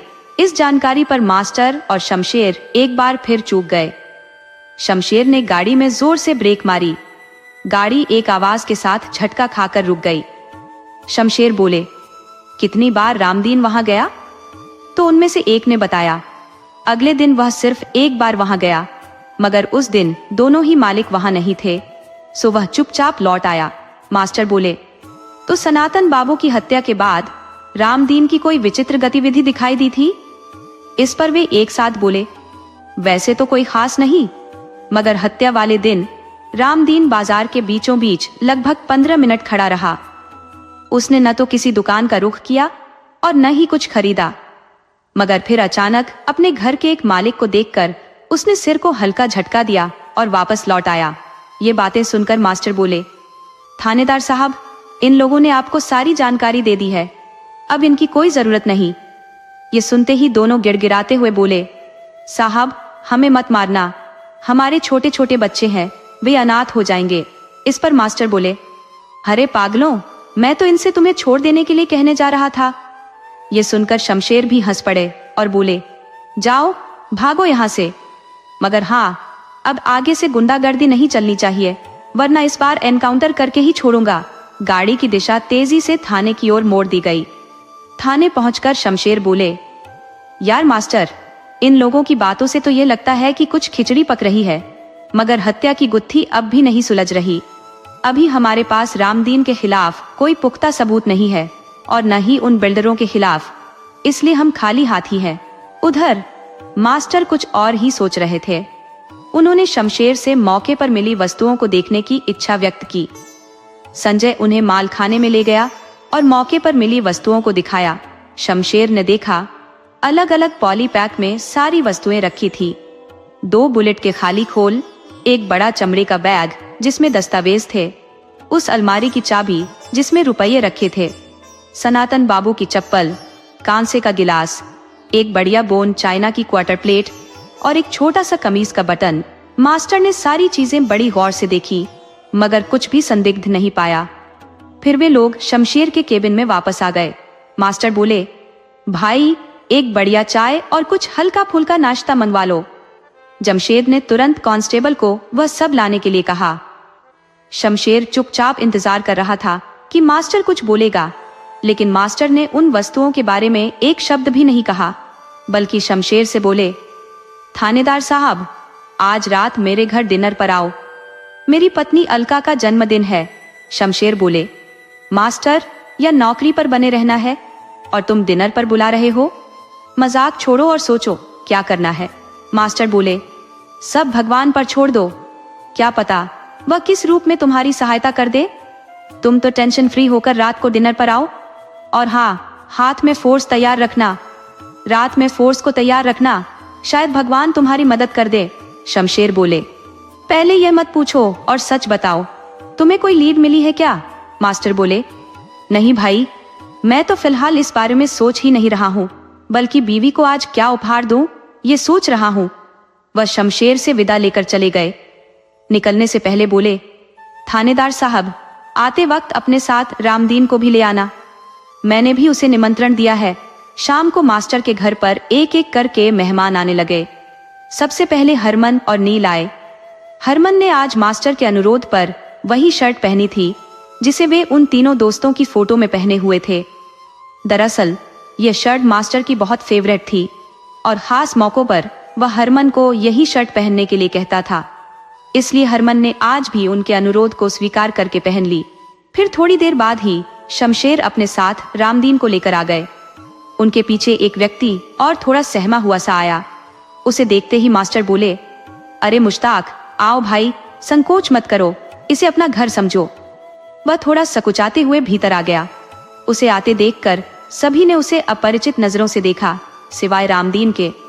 ये देखकर मास्टर बोले, मैं परिचय करवा दूं, ये मेरा परिचित है, इसका नाम मुश्ताक है, पेशे से ऑटो ड्राइवर है और मेरे खास अनुरोध पर आज इस पार्टी में शामिल हुआ है। शमशेर ने उसे घूर कर देखा तो बेचारा एकदम सहम सा गया। ये देखकर मास्टर बोले, थानेदार साहब, इस वक्त आप कृपया पुलिस या तेवर छोड़कर सामान्य हो जाइए। यह सुनकर सब हंसने लगे। पार्टी शुरू हो गई। चाय नाश्ता के साथ गपशप और उपहार देने का सिलसिला चलने लगा। थोड़ी देर बाद शमशेर की निगाहें मास्टर पर टिक गईं। मास्टर ने हल्के से सिर हिलाकर उसे दिलासा दिया। तभी अलका बोली, चलो, भीतर वाले कमरे में खाने की व्यवस्था की गई है। सब लोग भीतर आ गए। खाना खाकर सब लोग उसी कमरे में बैठ गए। बाहर ठंड का एहसास पड़ने लगा था। अलका ने मास्टर को इशारे से मुख्य द्वार बंद करा दिया और शमशेर से रहा नहीं गया। वह बोले, मास्टर, पार्टी खत्म होने को आई, अब तो बताओ कि हम सबको इस प्रकार इकट्ठा करने की क्या वजह है? क्योंकि मैं जान गया हूं कि आज भाभी जी का जन्मदिन नहीं है, बल्कि अगले महीने है। आज जब मैं अपनी पर्सनल डायरी पलट रहा था, तभी महत्वपूर्ण तारीखों पर नजर पड़ी और देखा कि भाभी जी का जन्मदिन अगले महीने है। मास्टर बोले, थानेदार बाबू, तुम्हारी अक्ल की दाद देता हूँ। सचमुच आज अलका का जन्मदिन नहीं है, बल्कि आज की पार्टी तुम्हारी जीत की खुशी में है। क्योंकि तुम्हें इस पार्टी में सनातन बाबू के हत्यारों को गिरफ्तार करना है। ये सुनकर शमशेर चौंक पड़े और बोले, मास्टर, तुम्हारा दिमाग तो ठीक है ना? इस वक्त कौन है? सभी तो जाने पहचाने लग रहे हैं। मास्टर बोले, पहले थाने फोन करके फोर्स बुलवा लो। शमशेर ने थाने फोन कर दिया। उधर सब आपस में फुसफुसाने लगे। सिर्फ मुश्ताक ही बेचारा अलग थलग खड़ा था। शमशेर अचानक उस पर झपटा। तभी मास्टर ने उसे रोका और कहा, नहीं नहीं, मुश्ताक हत्यारा नहीं है। हत्यारे 2 नहीं 3 है। शमशेर रुक गए। तभी कांस्टेबल ने आकर थाने से फोर्स आने की सूचना दी। मास्टर बोले, थानेदार साहब, हरमन, नीलेश और रामदीन को गिरफ्तार कर लो, यही हत्यारे हैं। सब लोग चौंक पड़े। इधर ये तीनों भागने की कोशिश करने लगे, मगर शमशेर के इशारे पर सिपाहियों ने उन्हें पकड़ लिया। शमशेर बोले, पूरी बात बताओ मास्टर। मास्टर ने बताया, इस हत्याकांड की योजना 3 हफ्ते पहले ही बनाई गई थी। जब से रामदीन को उस नीलम के बारे में पता चला, दरअसल रामदीन सनातन बाबू का बहुत ही विश्वास पात्र नौकर था और सनातन बाबू के दोस्तों से नीलम की तारीफ और उसकी दुर्लभता के बारे में सुन चुका था। रामदीन को अपना घर प्रोजेक्ट में मकान लेने की इच्छा थी। मकान की कीमत सुनकर वह घबरा गया और वापस लौटने की सोच रहा था, मगर उसने सोचा कि एक बार मालिक लोगों से मिल लो, शायद कुछ राहत मिल जाए। वह उनके ऑफिस की ओर गया तो बाहर से उसने हरमन और नीलेश की बातें सुन ली। हरमन और नीलेश आपस में चर्चा कर रहे थे कि फंड की कमी के कारण प्रोजेक्ट रुक गया है। जल्दी से पैसों की व्यवस्था नहीं हुई तो लाखों का नुकसान हो जाएगा। ये सुनकर रामदीन के दिमाग में एक ख्याल आया। उसने उनके केबिन में जाकर उनसे मुलाकात की और उन्हें उस दुर्लभ नीलम के बारे में बताया और बोला कि उसे लूटने में वह उनकी मदद कर सकता है। बदले में उसे नीलम का 1/3 दाम और एक मकान दिया जाए। इन दोनों ने सोचने का समय मांगा। 1 हफ्ते बाद वे तैयार हो गए, प्लान बनाने लगे। तभी उनके भाग्य से सेठ हीरा नंदानी ने नीलम 2.5 करोड़ में खरीद लिया और उसी रात उनका लूट का प्रोग्राम था। सो रामदीन ने मुख्य दरवाजा खुला छोड़ दिया और खुद भी उस दिन वहीं रुक गया। आधी रात में नीलेश और हरमन पहुंचे और सनातन बाबू को धमकाया। इनके साथ रामदीन को देखकर सनातन बाबू चौंके थे, इसलिए उनके चेहरे पर आश्चर्य के भाव थे।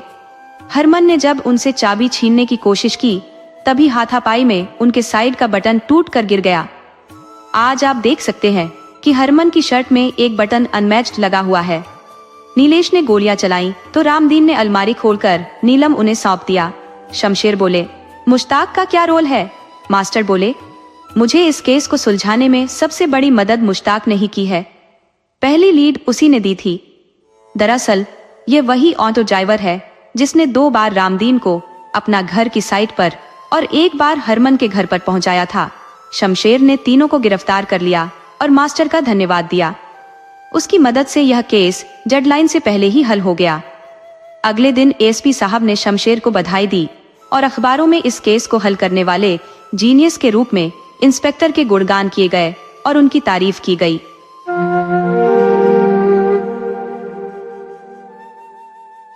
शहजादा सिकंदर कोई साधारण राजकुमार नहीं था। उसकी बहादुरी, दिलेरी और अच्छे व्यवहार की वजह से लोग उसे बहुत पसंद करते थे।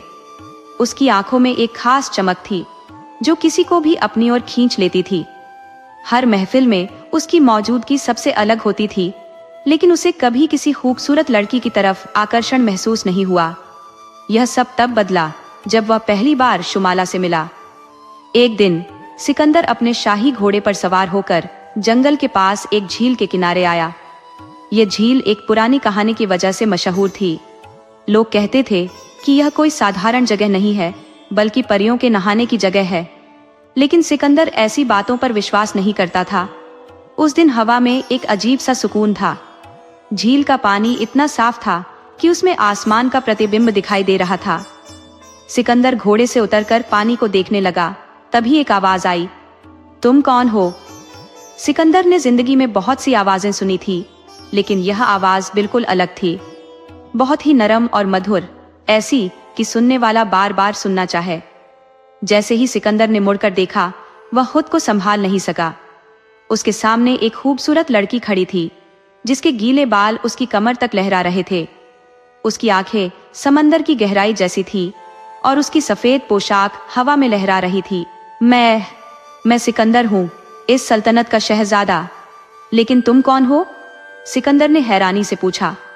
लड़की ने हल्की मुस्कान के साथ जवाब दिया, तुम्हारी दुनिया में मेरा नाम शुमाला है। सिकंदर की सांसें थम गई। वह यकीन नहीं कर पा रहा था कि वह वाकई एक परी से मिल रहा है।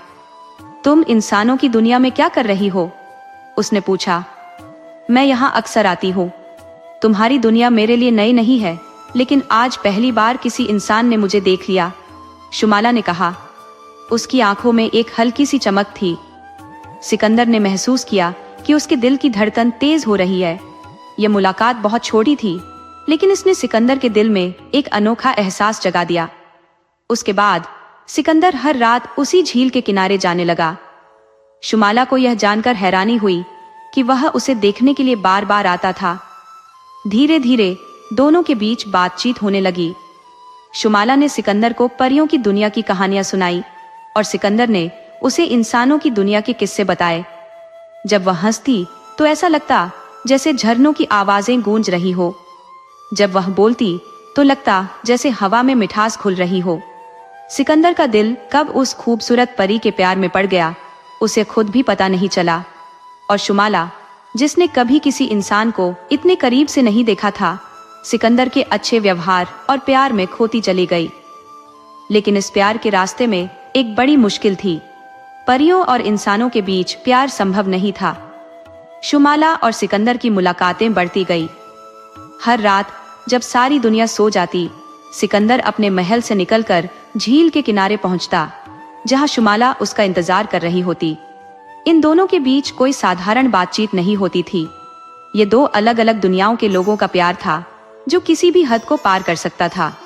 एक रात जब सिकंदर झील पर पहुंचा, तो उसने शुमाला की आंखों में एक अजीब सा दर्द देखा। आज उसकी मुस्कान में वह पहली जैसी चमक नहीं थी। क्या हुआ शुमाला? सिकंदर ने उसके हाथों को धीरे से छूते हुए पूछा। शुमाला ने गहरी सांस ली और झील के पानी में अपनी परछाई देखने लगी। उसकी आवाज धीमी लेकिन गहरी थी। सिकंदर, मैं तुमसे एक सच छुपा रही थी। हमारे बीच प्यार असंभव है। सिकंदर के चेहरे पर हैरानी छा गई। असंभव? प्यार कभी असंभव नहीं होता शुमाला। मैं तुम्हें पूरी दुनिया के सामने स्वीकार करने के लिए तैयार हूँ, लेकिन मेरी दुनिया मुझे तुम्हारे साथ रहने की इजाजत नहीं देगी। शुमाला ने बताया कि परियों की दुनिया का सबसे बड़ा कानून यही था कि कोई भी परी किसी इंसान से प्यार नहीं कर सकती। अगर कोई ऐसा करती है तो उसे परियों की दुनिया से निकाल दिया जाता है। सिकंदर ने चुपचाप उसकी बात सुनी, लेकिन कुछ पल बाद उसकी आंखों में वही पुरानी दृढ़ता लौट आई।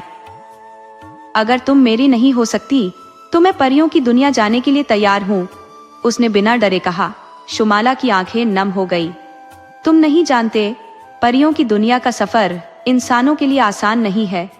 वहाँ का वातावरण, वहाँ के नियम, वहाँ की परंपराएं, कोई भी तुम्हें स्वीकार नहीं करेगा। और अगर उन्हें हमारे प्यार का पता चला तो वे तुम्हें जिंदा नहीं छोड़ेंगे। इस रात के बाद शुमाला कई दिनों तक नहीं आई। सिकंदर हर रोज उसी झील के किनारे घंटों बैठा रहता, लेकिन शुमाला का कोई अता पता नहीं था। उसका दिल टूट रहा था, लेकिन उसे यकीन था कि यह प्यार इतनी आसानी से खत्म नहीं हो सकता। एक रात जब वह हमेशा की तरह झील के किनारे बैठा था, उसे हवा में हलचल महसूस हुई। वह मुड़ा और उसकी सांसें थम गई। शुमाला उसके सामने खड़ी थी, लेकिन उसकी आंखों में बहुत ज्यादा डर था। सिकंदर, हमें फौरन यहाँ से जाना होगा, शुमाला ने घबराई हुई आवाज में कहा। सिकंदर उसकी परेशान आंखों को देखकर चिंतित हो गया। क्या हुआ शुमाला, तुम इतनी परेशान क्यों हो? शुमाला ने इधर उधर देखा, जैसे उसे डर हो कि कोई उन्हें देख न ले। उसकी आवाज कांप रही थी। परियों की दुनिया में हमारे प्यार का राज खुल चुका है सिकंदर। बुजुर्ग दरबारी अफरीदोन ने बादशाह को सब कुछ बता दिया है। अब मेरा वहां रहना असंभव हो गया है। सिकंदर के दिल में गुस्से की लहर दौड़ गई। तो क्या हुआ?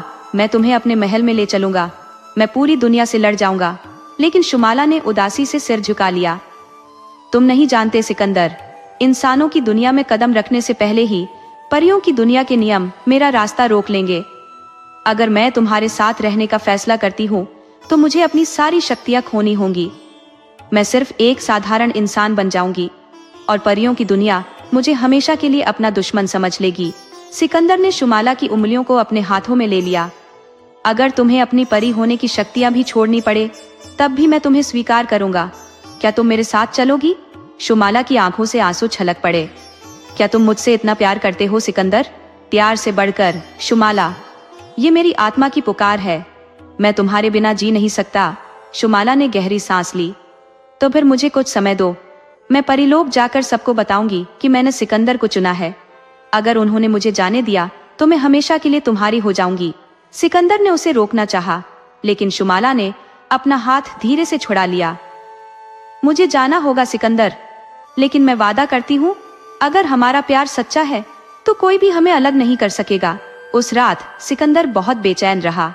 बार बार उसे यह ख्याल सताने लगा कि अगर परीलोक वालों ने शुमाला को सजा दे दी तो क्या होगा? अगर वह कभी वापस नहीं आ सकी तो? लेकिन प्यार का सबसे बड़ा इम्तिहान धैर्य होता है, और सिकंदर को धैर्य रखना था। उसने आसमान की तरफ देखा, जहां चांद अपनी पूरी चमक के साथ जगमगा रहा था। शुमाला, मैं तुम्हारा इंतजार करूंगा। लेकिन उसे नहीं पता था कि परीलोक में जो होने वाला था वह उसके प्यार का सबसे बड़ा इम्तिहान होगा। शुमाला जैसे ही परीलोक पहुंची, उसने महसूस किया कि सब कुछ बदल चुका था। जहां पहले उसके आने से हर तरफ खुशियां फैल जाती थी, अब वही परियां उसे अजीब नजरों से देख रही थी। कोई सिर झुकाए खड़ी थी, कोई कानाफूसी कर रही थी, और कुछ परियों की आंखों में गुस्सा साफ झलक रहा था। जैसे ही वह शाही महल के अंदर दाखिल हुई, बुजुर्ग दरबारी अफरीदून ने उसे रोक लिया। उनकी आंखों में सख्ती और नाराजगी थी। मल्लिका ए आली, आपको फौरन बादशाह ए परीलोक के सामने हाजिर होने का हुक्म दिया गया है। शुमाला को यह सुनकर झटका लगा, लेकिन उसने अपनी हिम्मत नहीं खोई। वह अपने कदमों को संभालती हुई अदालत की तरफ चल पड़ी। उस दिन अदालत में एक अजीब सा सन्नाटा था। सभी परियां वहां जमा थी और उनकी नजरों में हैरानी और गुस्से के मिले जुले भाव थे। शाही तख्त पर बैठे बादशाह ए परीलोक ने शुमाला को देखते ही भारी आवाज में कहा, क्या यह सच है कि तुमने एक इंसानी शहजादे से प्यार कर लिया है? शुमाला ने बिना किसी हिचकिचाहट के जवाब दिया, जी, यह सच है। मैंने सिकंदर से प्यार किया है और यह प्यार मेरी आत्मा का हिस्सा बन चुका है। अचानक अदालत में कानाफूसी होने लगी। परियों के लिए यह एक असंभव बात थी। एक मल्लिका जिसने परीलोक पर राज किया था, वह एक इंसान के लिए अपना सब कुछ छोड़ने को तैयार थी।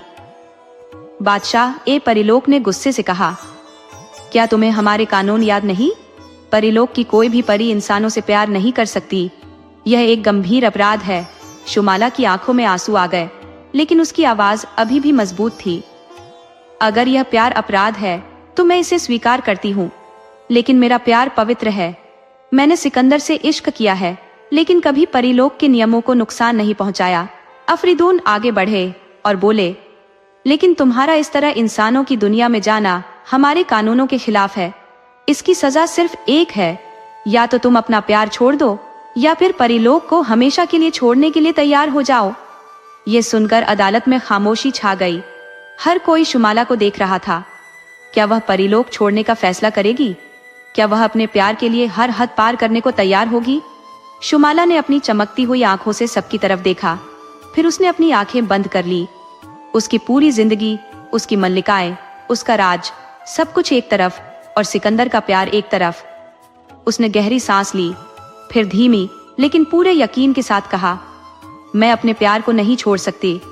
मैं परीलोक छोड़ने के लिए तैयार हूँ। अचानक परीलोक की हवा में हलचल मच गई। परियां हैरान रह गई। अदालत में कानाफूसी तेज हो गई और बादशाह ए परीलोक की आंखों में मायूसी झलकने लगी। तुम्हें इसका अंजाम मालूम है शुमाला? बादशाह की आवाज धीमी लेकिन भारी थी। जी, मुझे सब मालूम है, लेकिन मेरी आत्मा की किस्मत लिखी जा चुकी है। अब मैं परीलोक की मल्लिका नहीं, बल्कि एक इंसान के इश्क में गिरफ्तार लड़की हूँ, शुमाला ने कहा। बादशाह ए परीलोक ने एक गहरी सांस ली, फिर अपना हाथ उठाया। अचानक हवाओं में एक अजीब सा जादू पैदा होने लगा। शुमाला के शरीर से हल्की हल्की रोशनी निकलने लगी। धीरे धीरे उसकी परी जैसी चमक मिटने लगी। उसके शरीर की रोशनी कम हो गई और फिर वह किसी साधारण इंसानी औरत की तरह लगने लगी। शुमाला अब एक परी नहीं रही, वह इंसानों की तरह बन चुकी थी। अब वह सिकंदर के पास जाने के लिए आजाद थी, लेकिन क्या इंसानी दुनिया उसे उसी तरह स्वीकार करेगी जैसे सिकंदर ने उसके प्यार को स्वीकार किया था? शुमाला ने जैसे ही अपनी आंखें खोली, उसे महसूस हुआ कि वह अब पहले जैसी नहीं रही। उसके शरीर से निकलने वाली चांदनी जैसी रोशनी गायब हो चुकी थी। अब वह हवाओं में नहीं उड़ सकती थी, न ही उसके शरीर में वही परियों वाली हल्की फुर्ती थी। अब वह एक साधारण इंसान की तरह थी, कमजोर, नाजुक और इस दुनिया के नियमों के मुताबिक। सिकंदर उसी झील के किनारे बेचैनी से टहल रहा था। शुमाला उसके पास आई। उसकी आंखों के नीचे हल्की सी लालिमा थी और वह किसी साधारण इंसानी लड़की की तरह कांप रही थी। सिकंदर ने उसे अपने हाथों में संभाला और उसके चेहरे को अपने दोनों हाथों में लेकर पूछा, तुम ठीक तो हो? शुमाला की आंखों में आंसू आ गए। वह धीमी आवाज में बोली, मैं अब परी नहीं रही सिकंदर। मैंने अपनी सल्तनत, अपनी पहचान सब छोड़ दिया, सिर्फ तुम्हारे लिए। सिकंदर ने उसे अपने सीने से लगा लिया। तुम्हें परी होने की जरूरत नहीं शुमाला, मेरे लिए तुम हमेशा मेरी हूर जैसी ही रहोगी। सिकंदर शुमाला को लेकर अपने महल पहुंचा, लेकिन इंसानी दुनिया में एक परी का आना कोई छोटी बात नहीं थी। शाही महल में जैसे ही खबर पहुंची कि शहजादा सिकंदर एक अजनबी लड़की को अपने साथ लाया है, वहां तुरंत कानाफूसी होने लगी। ये लड़की कौन है? कहीं शहजादा इस पर मोहित तो नहीं हो गया? ये कोई जादूगरनी तो नहीं? सिकंदर की माँ मल्लिका नूरजहां को जब यह खबर मिली तो उनके चेहरे पर नाराजगी की रेखाएं उभर आईं। वह अपने खास कमरे में बैठी सोच रही थी, एक अजनबी लड़की जो न हमारे इलाके की है न हमारे खानदान की, सिकंदर इसे यहाँ क्यों लाया है? उनके वजीरों ने उन्हें समझाने की कोशिश की, हुजूर, यह अच्छा नहीं होगा कि शहजादा इस लड़की को अपनी बीवी बनाए। ये कौन है, कहाँ से आई है, इसका कोई पता नहीं। लेकिन मल्लिका नूरजहां को अपने बेटे पर पूरा भरोसा था।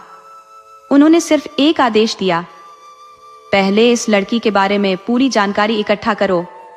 अगर यह वाकई सिकंदर की मोहब्बत के लायक है तो फिर देखा जाएगा। अब शुमाला के लिए सबसे बड़ा इम्तिहान शुरू होने वाला था। क्या इंसानी दुनिया उसे अपनाएगी? क्या सिकंदर का खानदान उसे स्वीकार करेगा? या फिर यह प्यार इंसानी साजिशों और दुनियावी बाधाओं का शिकार हो जाएगा? शुमाला अब परेलोक की मल्लिका नहीं थी। वह अब एक साधारण इंसानी लड़की की तरह थी, कमजोर, नाजुक और हर उस एहसास से गुजर रही थी जिसका अनुभव उसे पहले कभी नहीं हुआ था। सिकंदर के साथ रहकर उसे सुकून तो था, लेकिन इंसानी दुनिया की साजिशों और परंपराओं से वह अनजान थी। सिकंदर अपने प्यार को किसी से छुपाना नहीं चाहता था। वह चाहता था कि पूरी दुनिया को बताए कि शुमाला सिर्फ उसकी है। लेकिन शाही महल में कदम रखते ही शुमाला ने महसूस किया कि यह दुनिया उससे बहुत अलग है। महल की सख्त और गंदी साजिशें, सिकंदर के दरबारियों की घूरती हुई नजरें और मल्लिका नूरजहां की खामोश निगाहें, ये सब शुमाला के लिए नया था।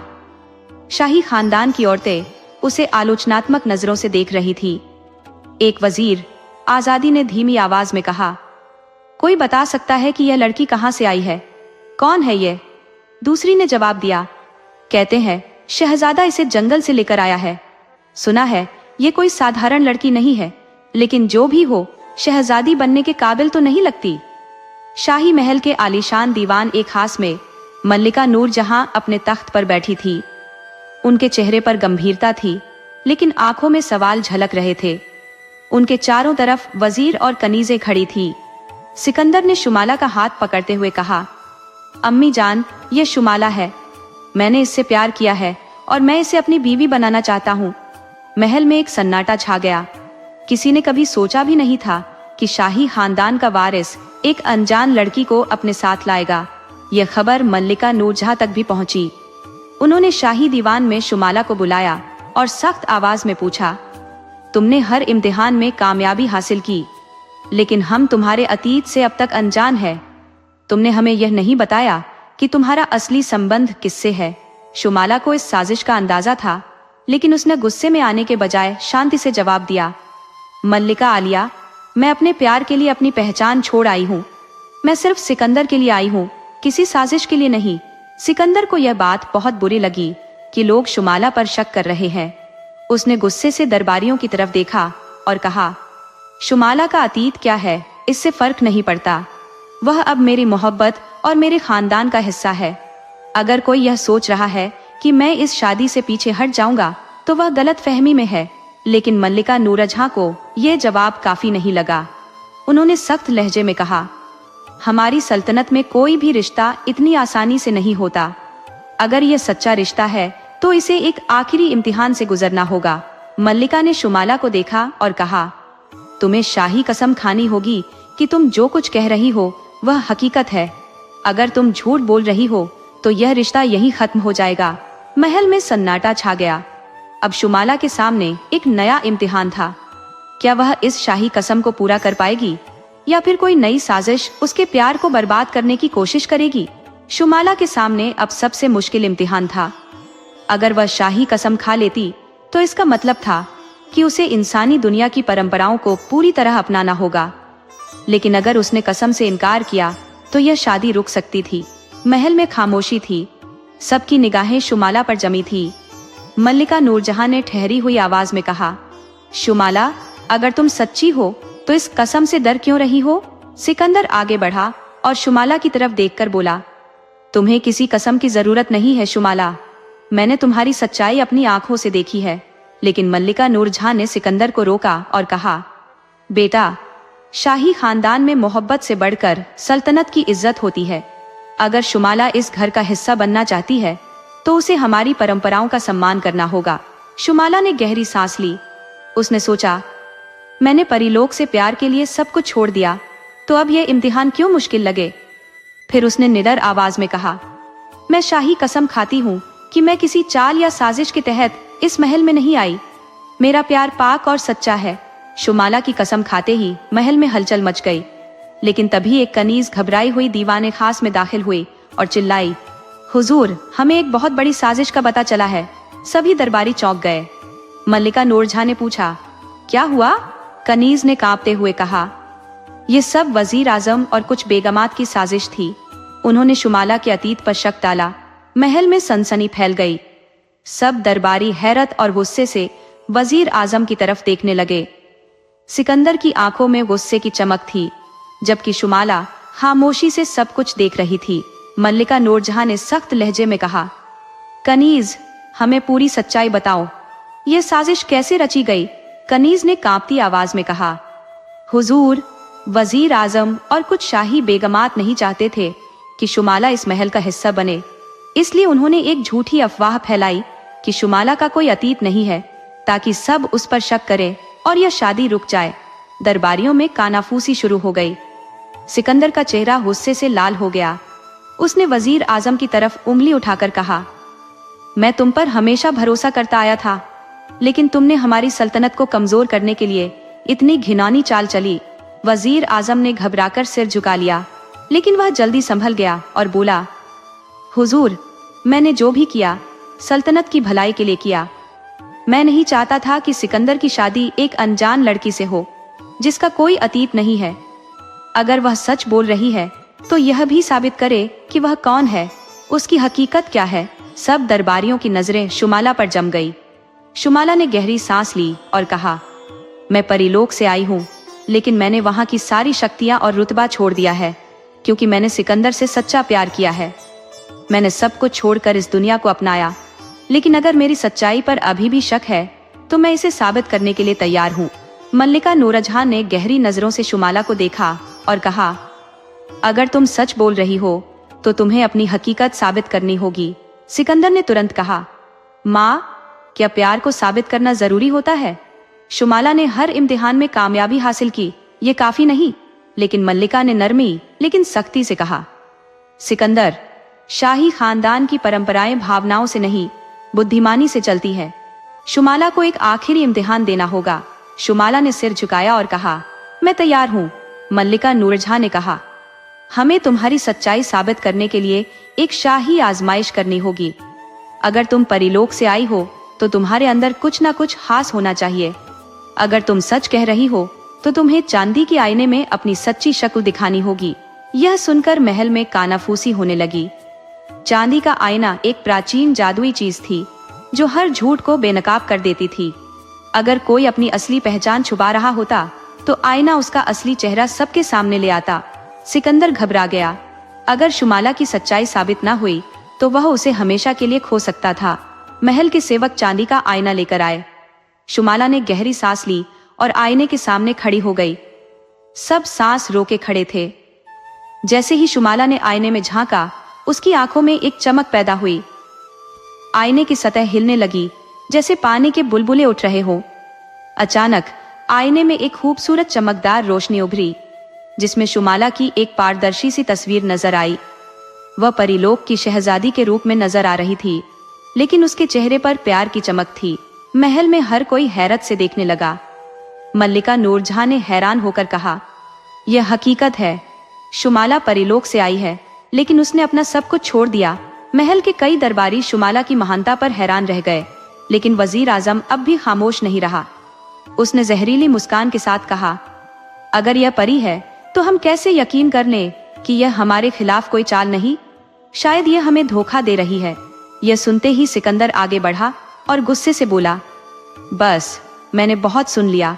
शुमाला मेरी मोहब्बत है और मैं किसी को भी उसे बदनाम करने की इजाजत नहीं दूंगा। मैं अपने प्यार के खिलाफ कोई और इल्जाम बर्दाश्त नहीं कर सकता। मल्लिका नूरजहां ने गहरी सोच में पड़कर कहा, यह सच है कि शुमाला ने हमारी हर आजमाइश में कामयाबी हासिल की। उसकी सच्चाई भी साबित हो चुकी है, और सबसे बढ़कर सिकंदर का प्यार सच्चा है। उन्होंने सख्ती से वजीर आजम की तरफ देखा और कहा, हमने फैसला कर लिया है। शुमाला को शाही बहू के रूप में स्वीकार किया जाएगा और शादी की तैयारियां तुरंत शुरू की जाएंगी। महल में खुशी की लहर दौड़ गई, लेकिन वजीर आजम और उसके साथी खामोश नहीं बैठे। उन्होंने अंदर ही अंदर एक और खौफनाक साजिश तैयार कर ली, जो शुमाला और सिकंदर के भविष्य को हमेशा के लिए बदल सकती थी। महल में खुशियों की गूंज सुनाई दे रही थी। सिकंदर और शुमाला की मोहब्बत ने सभी आजमाइशों को हरा दिया था और मल्लिका नूरजहां ने खुद शादी का आदेश दे दिया था। दरबारियों में चर्चा हो रही थी, लेकिन ज्यादातर लोग इस अनोखे रिश्ते को स्वीकार कर चुके थे। शुमाला की सच्चाई और समझदारी ने सबके दिल जीत लिए थे, लेकिन हर प्यार की कहानी में कुछ साजिशी किरदार भी होते हैं। वजीर आजम, जिसकी उम्मीदें खाक में मिल चुकी थी, अपनी हार आसानी से स्वीकार करने वाला नहीं था। उसने अपनी कुछ खास बेगमात और महल के गुप्त दरबारियों को इकट्ठा किया और कहा, अगर यह शादी हो गई तो हमारी सल्तनत की ताकत कमजोर हो जाएगी।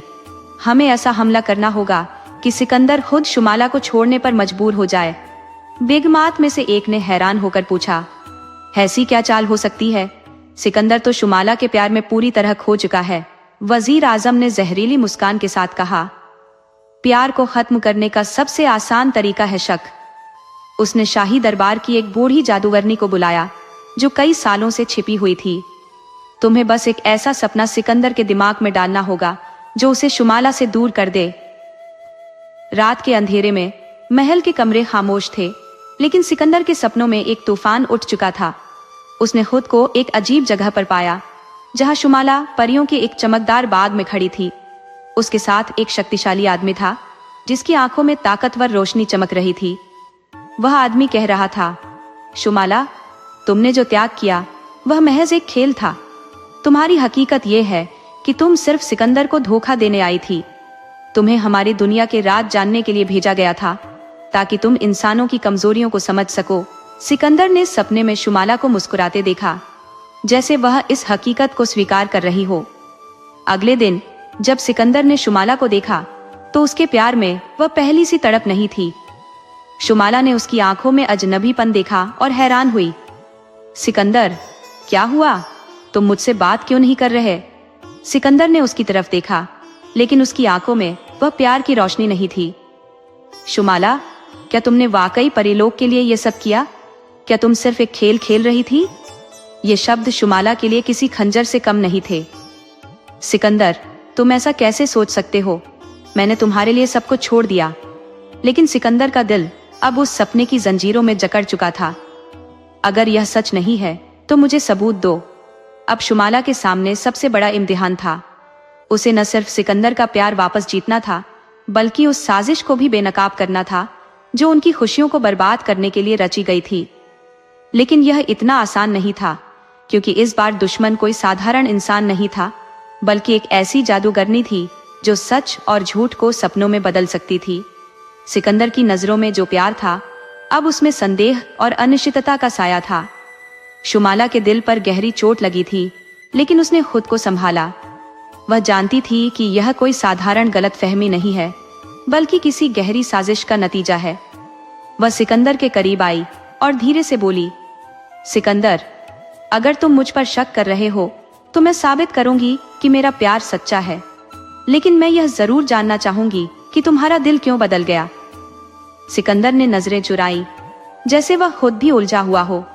मैं नहीं जानता, लेकिन मैंने एक सपना देखा, ऐसा सपना जिसमें सब कुछ इतना स्पष्ट था कि मैं उसे झूठ कहने की हिम्मत नहीं कर सकता। शुमाला चौंक गई। सपना? कैसा सपना? सिकंदर ने सपने की पूरी कहानी बताई। शुमाला ने ध्यान से सुना और तुरंत समझ गई कि यह सपना एक जादुई चाल का हिस्सा है। उसने धीरे से कहा, सिकंदर, क्या तुम्हें नहीं लगता कि यह सपना किसी ने जानबूझकर तुम्हें दिखाया है? क्या तुम भूल गए कि मैंने कितनी कुर्बानियां दी है? सिकंदर के दिल में शुमाला के शब्दों ने हलचल मचा दी, लेकिन शक की दीवार अभी पूरी तरह से नहीं टूटी थी। मैं नहीं जानता शुमाला, लेकिन मुझे कुछ समय चाहिए।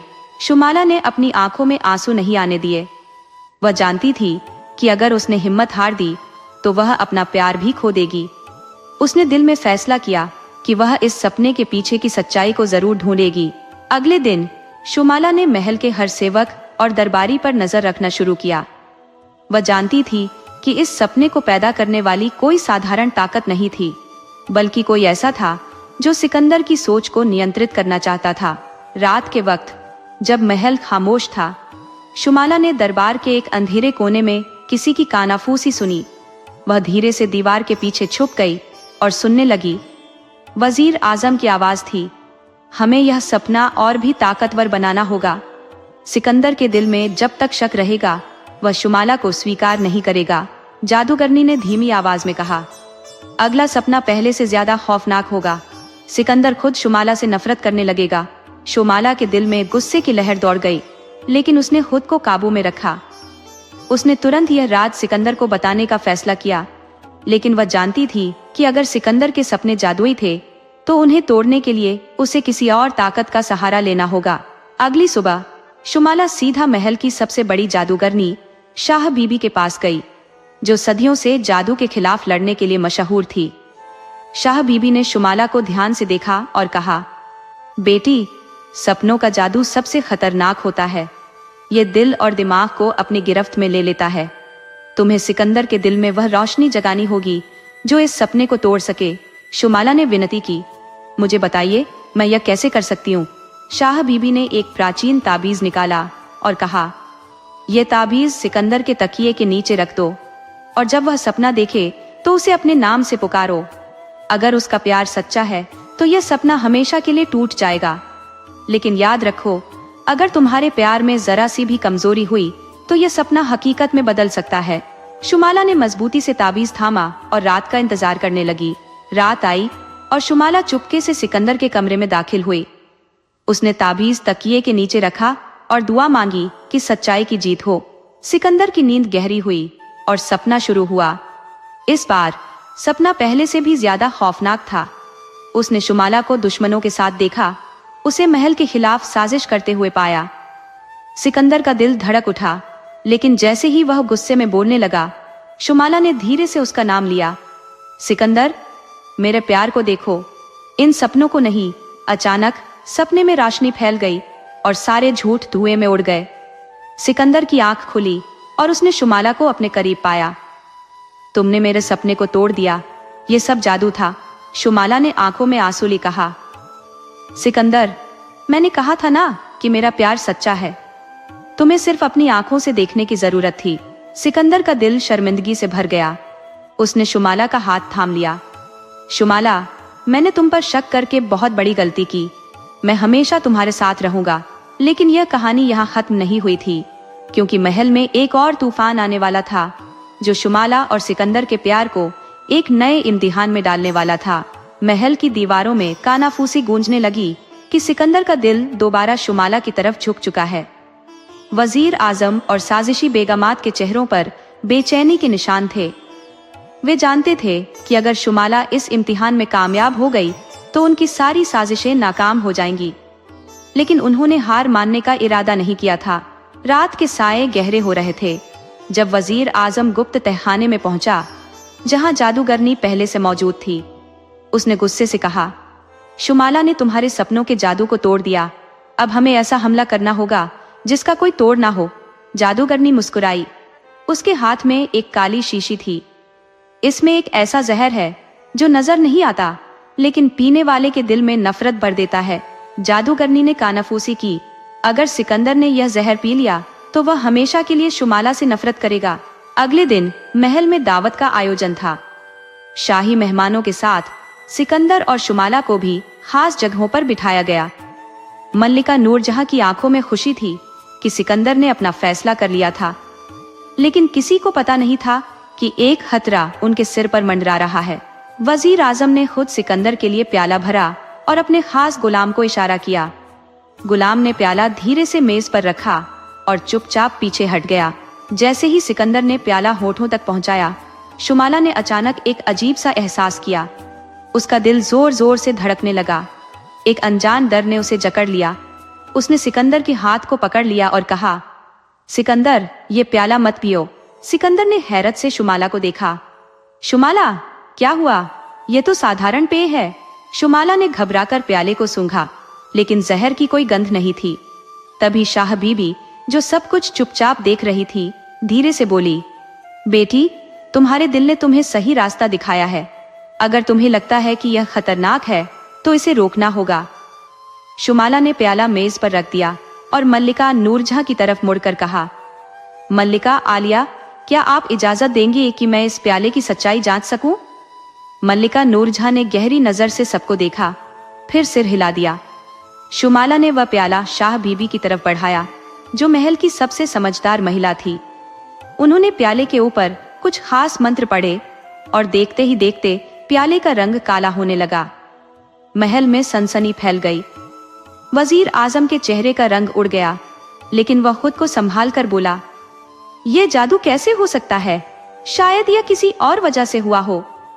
शाह बीबी ने सख्ती से कहा, यह जहर था जो नजर नहीं आता, लेकिन पीने वाले के दिल में नफरत पैदा कर देता है। अगर सिकंदर ने यह पी लिया होता तो वह हमेशा के लिए अपनी मोहब्बत को भूल जाता। महल में भारी खामोशी छा गई। सिकंदर ने सख्ती से वजीर आजम को देखा।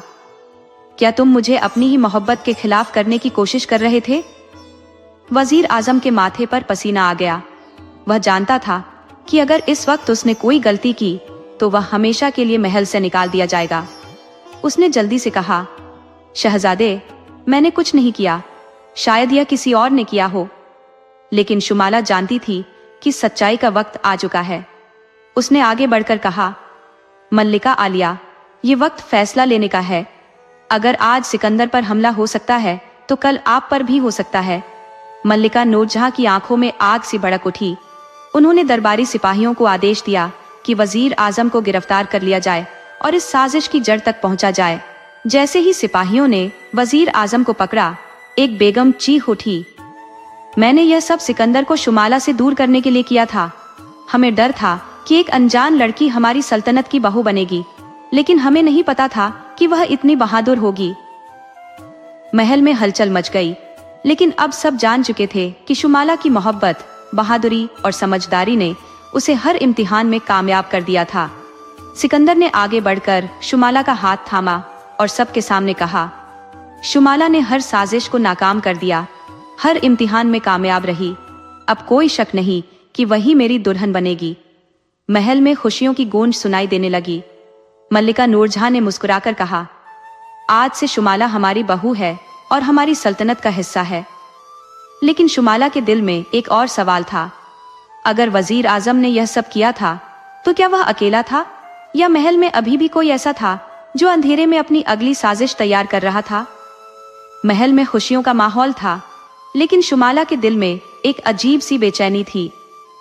वह जानती थी कि वजीर आजम की साजिश नाकाम हो चुकी थी, लेकिन क्या खतरा वाकई खत्म हो गया था? सिकंदर के हाथों में हाथ दिए वह सोच रही थी कि कहीं अंधेरे में कोई और दुश्मन छुपा तो नहीं जो अभी तक सामने नहीं आया। रात का पहर गहरा हो चुका था जब शुमाला महल के बाग में अकेली टहल रही थी। ठंडी हवा के झोंकों में एक कानाफूसी मिल गई। किसी ने धीरे से कहा, तुम जीत तो गई हो, लेकिन यह जीत अस्थाई है। शुमाला चौंक गई। उसने फौरन पलट कर देखा, लेकिन बाग में कोई नहीं था। वह समझ गई कि यह कोई संयोग नहीं है, बल्कि किसी ने जानबूझकर ये शब्द कहे हैं। लेकिन कौन? अगली सुबह सिकंदर और शुमाला की शादी की तैयारियों का आगाज हो गया। महल में हर तरफ चमक दमक थी। बाजे बज रहे थे और मेहमानों का स्वागत किया जा रहा था। लेकिन दरबारियों में से कुछ के चेहरों पर अब भी खटक थी, खास तौर पर कुछ शाही बेगमात जो अब भी इस शादी के पक्ष में नहीं थी। वे जानती थी कि अगर शुमाला मल्लिका बन गई तो उनकी ताकत कम हो जाएगी। शाही गहनों और कपड़ों की तैयारी के दौरान शुमाला के कमरे में एक पुराना सेवक आया। वह सिर झुकाए बोला, बीबी, मैं आपसे एक जरूरी बात करना चाहता हूँ। शुमाला ने सेवक को ध्यान से देखा।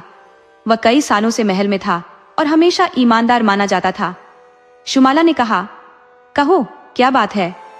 सेवक ने धीरे से कहा, शहजादी, आपको इस शादी से पहले एक राज जानना होगा।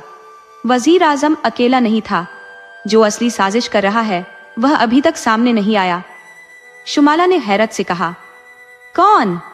सेवक ने इधर उधर देखा जैसे किसी का डर हो, फिर बोला, मल्लिका नूरजहां के सबसे करीबी साथियों में से कोई है जो नहीं चाहता कि आप सिकंदर की बीवी बने, लेकिन वह इतना चालाक है कि उसने खुद को अभी तक जाहिर नहीं किया। शुमाला ने गहरी सांस ली। उसने फैसला कर लिया कि वह किसी भी कीमत पर सच का पता लगाकर रहेगी।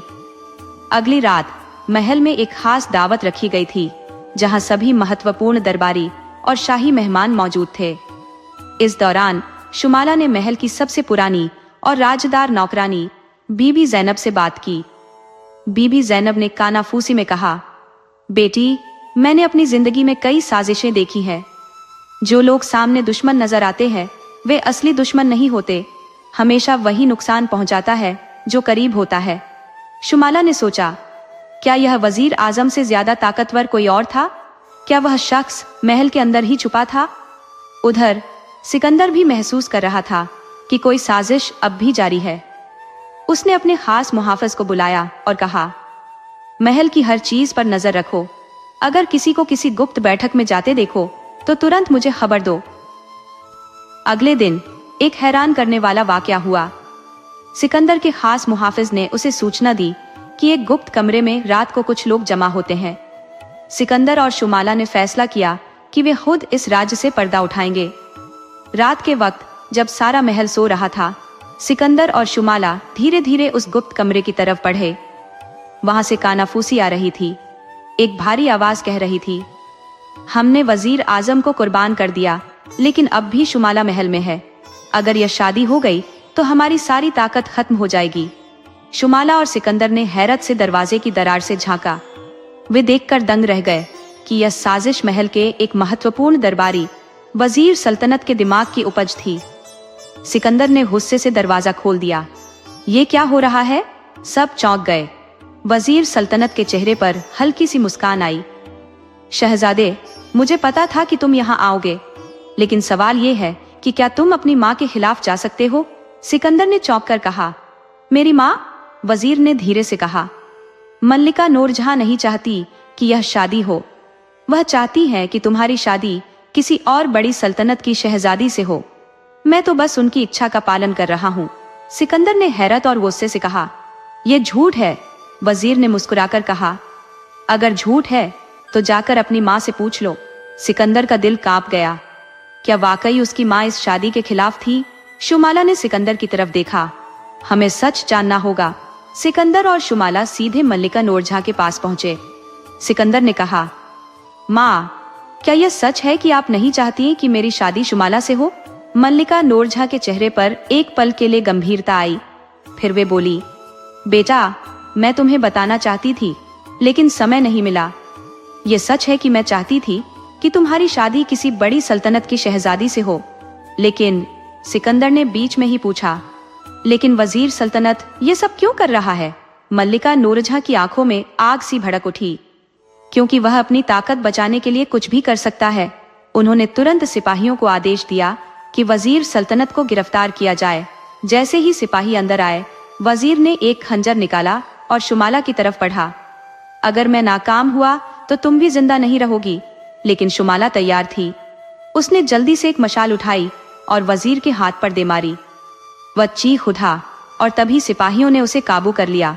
महल में यह ऐलान कर दिया गया कि वजीर सल्तनत एक साजिश करता था और उसे कड़ी सजा दी जाएगी। मल्लिका नूरजहां ने सिकंदर और शुमाला को देखकर कहा, अब कोई साजिश बाकी नहीं रही। मैं आज ऐलान करती हूँ कि कल तुम दोनों की शादी होगी। शुमाला और सिकंदर ने एक दूसरे को देखा। अब कोई साजिश, कोई दुश्मन उनके प्यार के बीच नहीं था। लेकिन क्या वाकई सब कुछ खत्म हो चुका था, या किस्मत उनके लिए कोई और इम्तिहान लेकर आ रही थी? महल में रोशनी की बहार थी। पूरे शाही दरबार को जगमगा दिया गया था, जहां सिकंदर और शुमाला की शादी की तैयारियों में सब व्यस्त थे। मल्लिका नूरजहां ने अपनी मौजूदगी से साबित कर दिया था कि अब वे खुद इस शादी का समर्थन कर रही हैं। लेकिन सिकंदर और शुमाला के दिल में एक अजीब सा एहसास था। क्या वाकई यह साजिशें खत्म हो चुकी थी, या अभी भी कोई छुपा हुआ दुश्मन बाकी था? शाही मेहमानों के खाने में हर खास और आम व्यक्ति जमा था। सिकंदर और शुमाला के प्यार का चर्चा पूरे देश में हो चुका था। लेकिन शुमाला के दिल में अब भी एक अजीब सी बेचैनी थी। उसे ऐसा लग रहा था जैसे कोई साया अभी भी इस खुशी के पल पर छाया हुआ है। सिकंदर ने उसके चेहरे की परेशानी भांप ली और धीरे से उसका हाथ थामकर कहा, हमने हर मुश्किल को पार कर लिया है। अब कुछ भी हमें एक दूसरे से जुदा नहीं कर सकता। शादी का आगाज हुआ। काजी ने सिकंदर से सवाल किया, क्या आपको शुमाला बिनते नामालूम से शादी कबूल है? सिकंदर ने मुस्कुराकर कहा, कबूल है। यह शब्द सुनते ही महल में खुशी की लहर दौड़ गई। लेकिन जैसे ही काजी ने शुमाला से शादी की रजामंदी पूछी, एक जोरदार आवाज गूंजी। महल के दरवाजे जोर से खुले और एक आदमी अंदर दाखिल हुआ। वह एक लंबा कद का आदमी था, जिसकी आंखों में एक अजीब सी दहशत थी। वह सीधा मल्लिका नूरजहां के कदमों में झुक गया और बोला, महान मल्लिका, मैंने आपकी सल्तनत के एक बहुत बड़े राज को उजागर किया है। मल्लिका ने हैरत से उसे देखा और कहा, कौन सा राज? वह आदमी बोला, शुमाला इंसान नहीं है। महल में खामोशी छा गई। शुमाला का दिल धड़कने लगा। सिकंदर ने गुस्से से कहा, यह झूठ है। लेकिन वह आदमी बोला, यह सच है। मैंने उसकी असलियत अपनी आंखों से देखी है।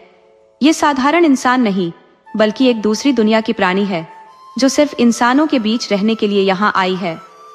मल्लिका नूरजहां ने गहरी नजर से शुमाला को देखा। क्या यह सच है?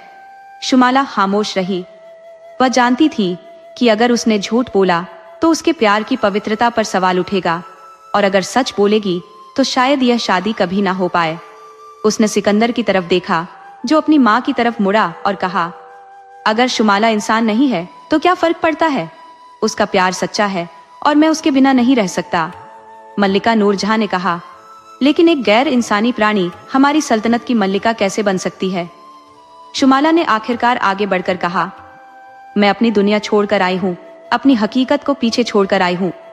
मैंने अपनी सारी शक्तियां कुर्बान कर दी ताकि मैं सिकंदर के साथ रह सकूं। मैं आज भी वही शुमाला हूँ जिससे सिकंदर ने प्यार किया है। महल में मौजूद लोगों के चेहरों पर हैरानी थी, लेकिन सिकंदर ने मजबूती से कहा, प्यार किसी दुनिया या जाति का मोहताज नहीं होता। अगर मेरी माँ को लगता है कि शुमाला हमारी सल्तनत की मल्लिका नहीं बन सकती, तो मैं अपनी सल्तनत छोड़ दूंगा। ये सुनकर दरबारी चौंक गए। क्या सिकंदर वाकई अपनी सल्तनत छोड़ सकता था? मल्लिका नूरजहां गहरी सोच में पड़ गई। वे अपनी सल्तनत को कमजोर नहीं करना चाहती थी, लेकिन उन्हें पहली बार अपने बेटे के प्यार की गहराई का अंदाजा हुआ। उन्होंने धीरे से कहा, अगर शुमाला ने वाकई अपनी दुनिया छोड़ दी है और तुम्हारे साथ रहने का फैसला किया है, तो मुझे कोई आपत्ति नहीं है। मैं अपनी सल्तनत से ज्यादा तुम्हारी खुशी को महत्व दूंगी। यह सुनकर सिकंदर ने राहत की सांस ली। काजी ने दोबारा शुमाला से पूछा, क्या आपको सिकंदर बिन नूरजहां से शादी कबूल है? शुमाला ने नम आंखों से मुस्कुराकर कहा, कबूल है। महल खुशियों से गूंज उठा, लेकिन जैसे ही काजी ने शादी मुकम्मल करने का ऐलान किया, वह आदमी जिसने शुमाला पर आरोप लगाया था जोर से हंसा और बोला, यह शादी पूरी हो सकती है, लेकिन यह प्यार ज्यादा देर तक नहीं चलेगा, क्योंकि एक दिन शुमाला की असली हकीकत उसे वापस बुला लेगी। ये कहकर वह गायब हो गया, जैसे कभी था ही नहीं। शुमाला ने सिकंदर का हाथ मजबूती से थामा। उसकी आंखों में एक फैसला था, चाहे कुछ भी हो जाए, वह सिकंदर का साथ कभी नहीं छोड़ेगी। और सिकंदर ने भी उसे यकीन दिलाया कि वह हर हाल में उसका साथ देगा। ये प्यार आसान नहीं था, लेकिन यह सच्चा था, और यही सच्चाई हर साजिश, हर दुश्मन और हर मुश्किल को हरा देगी।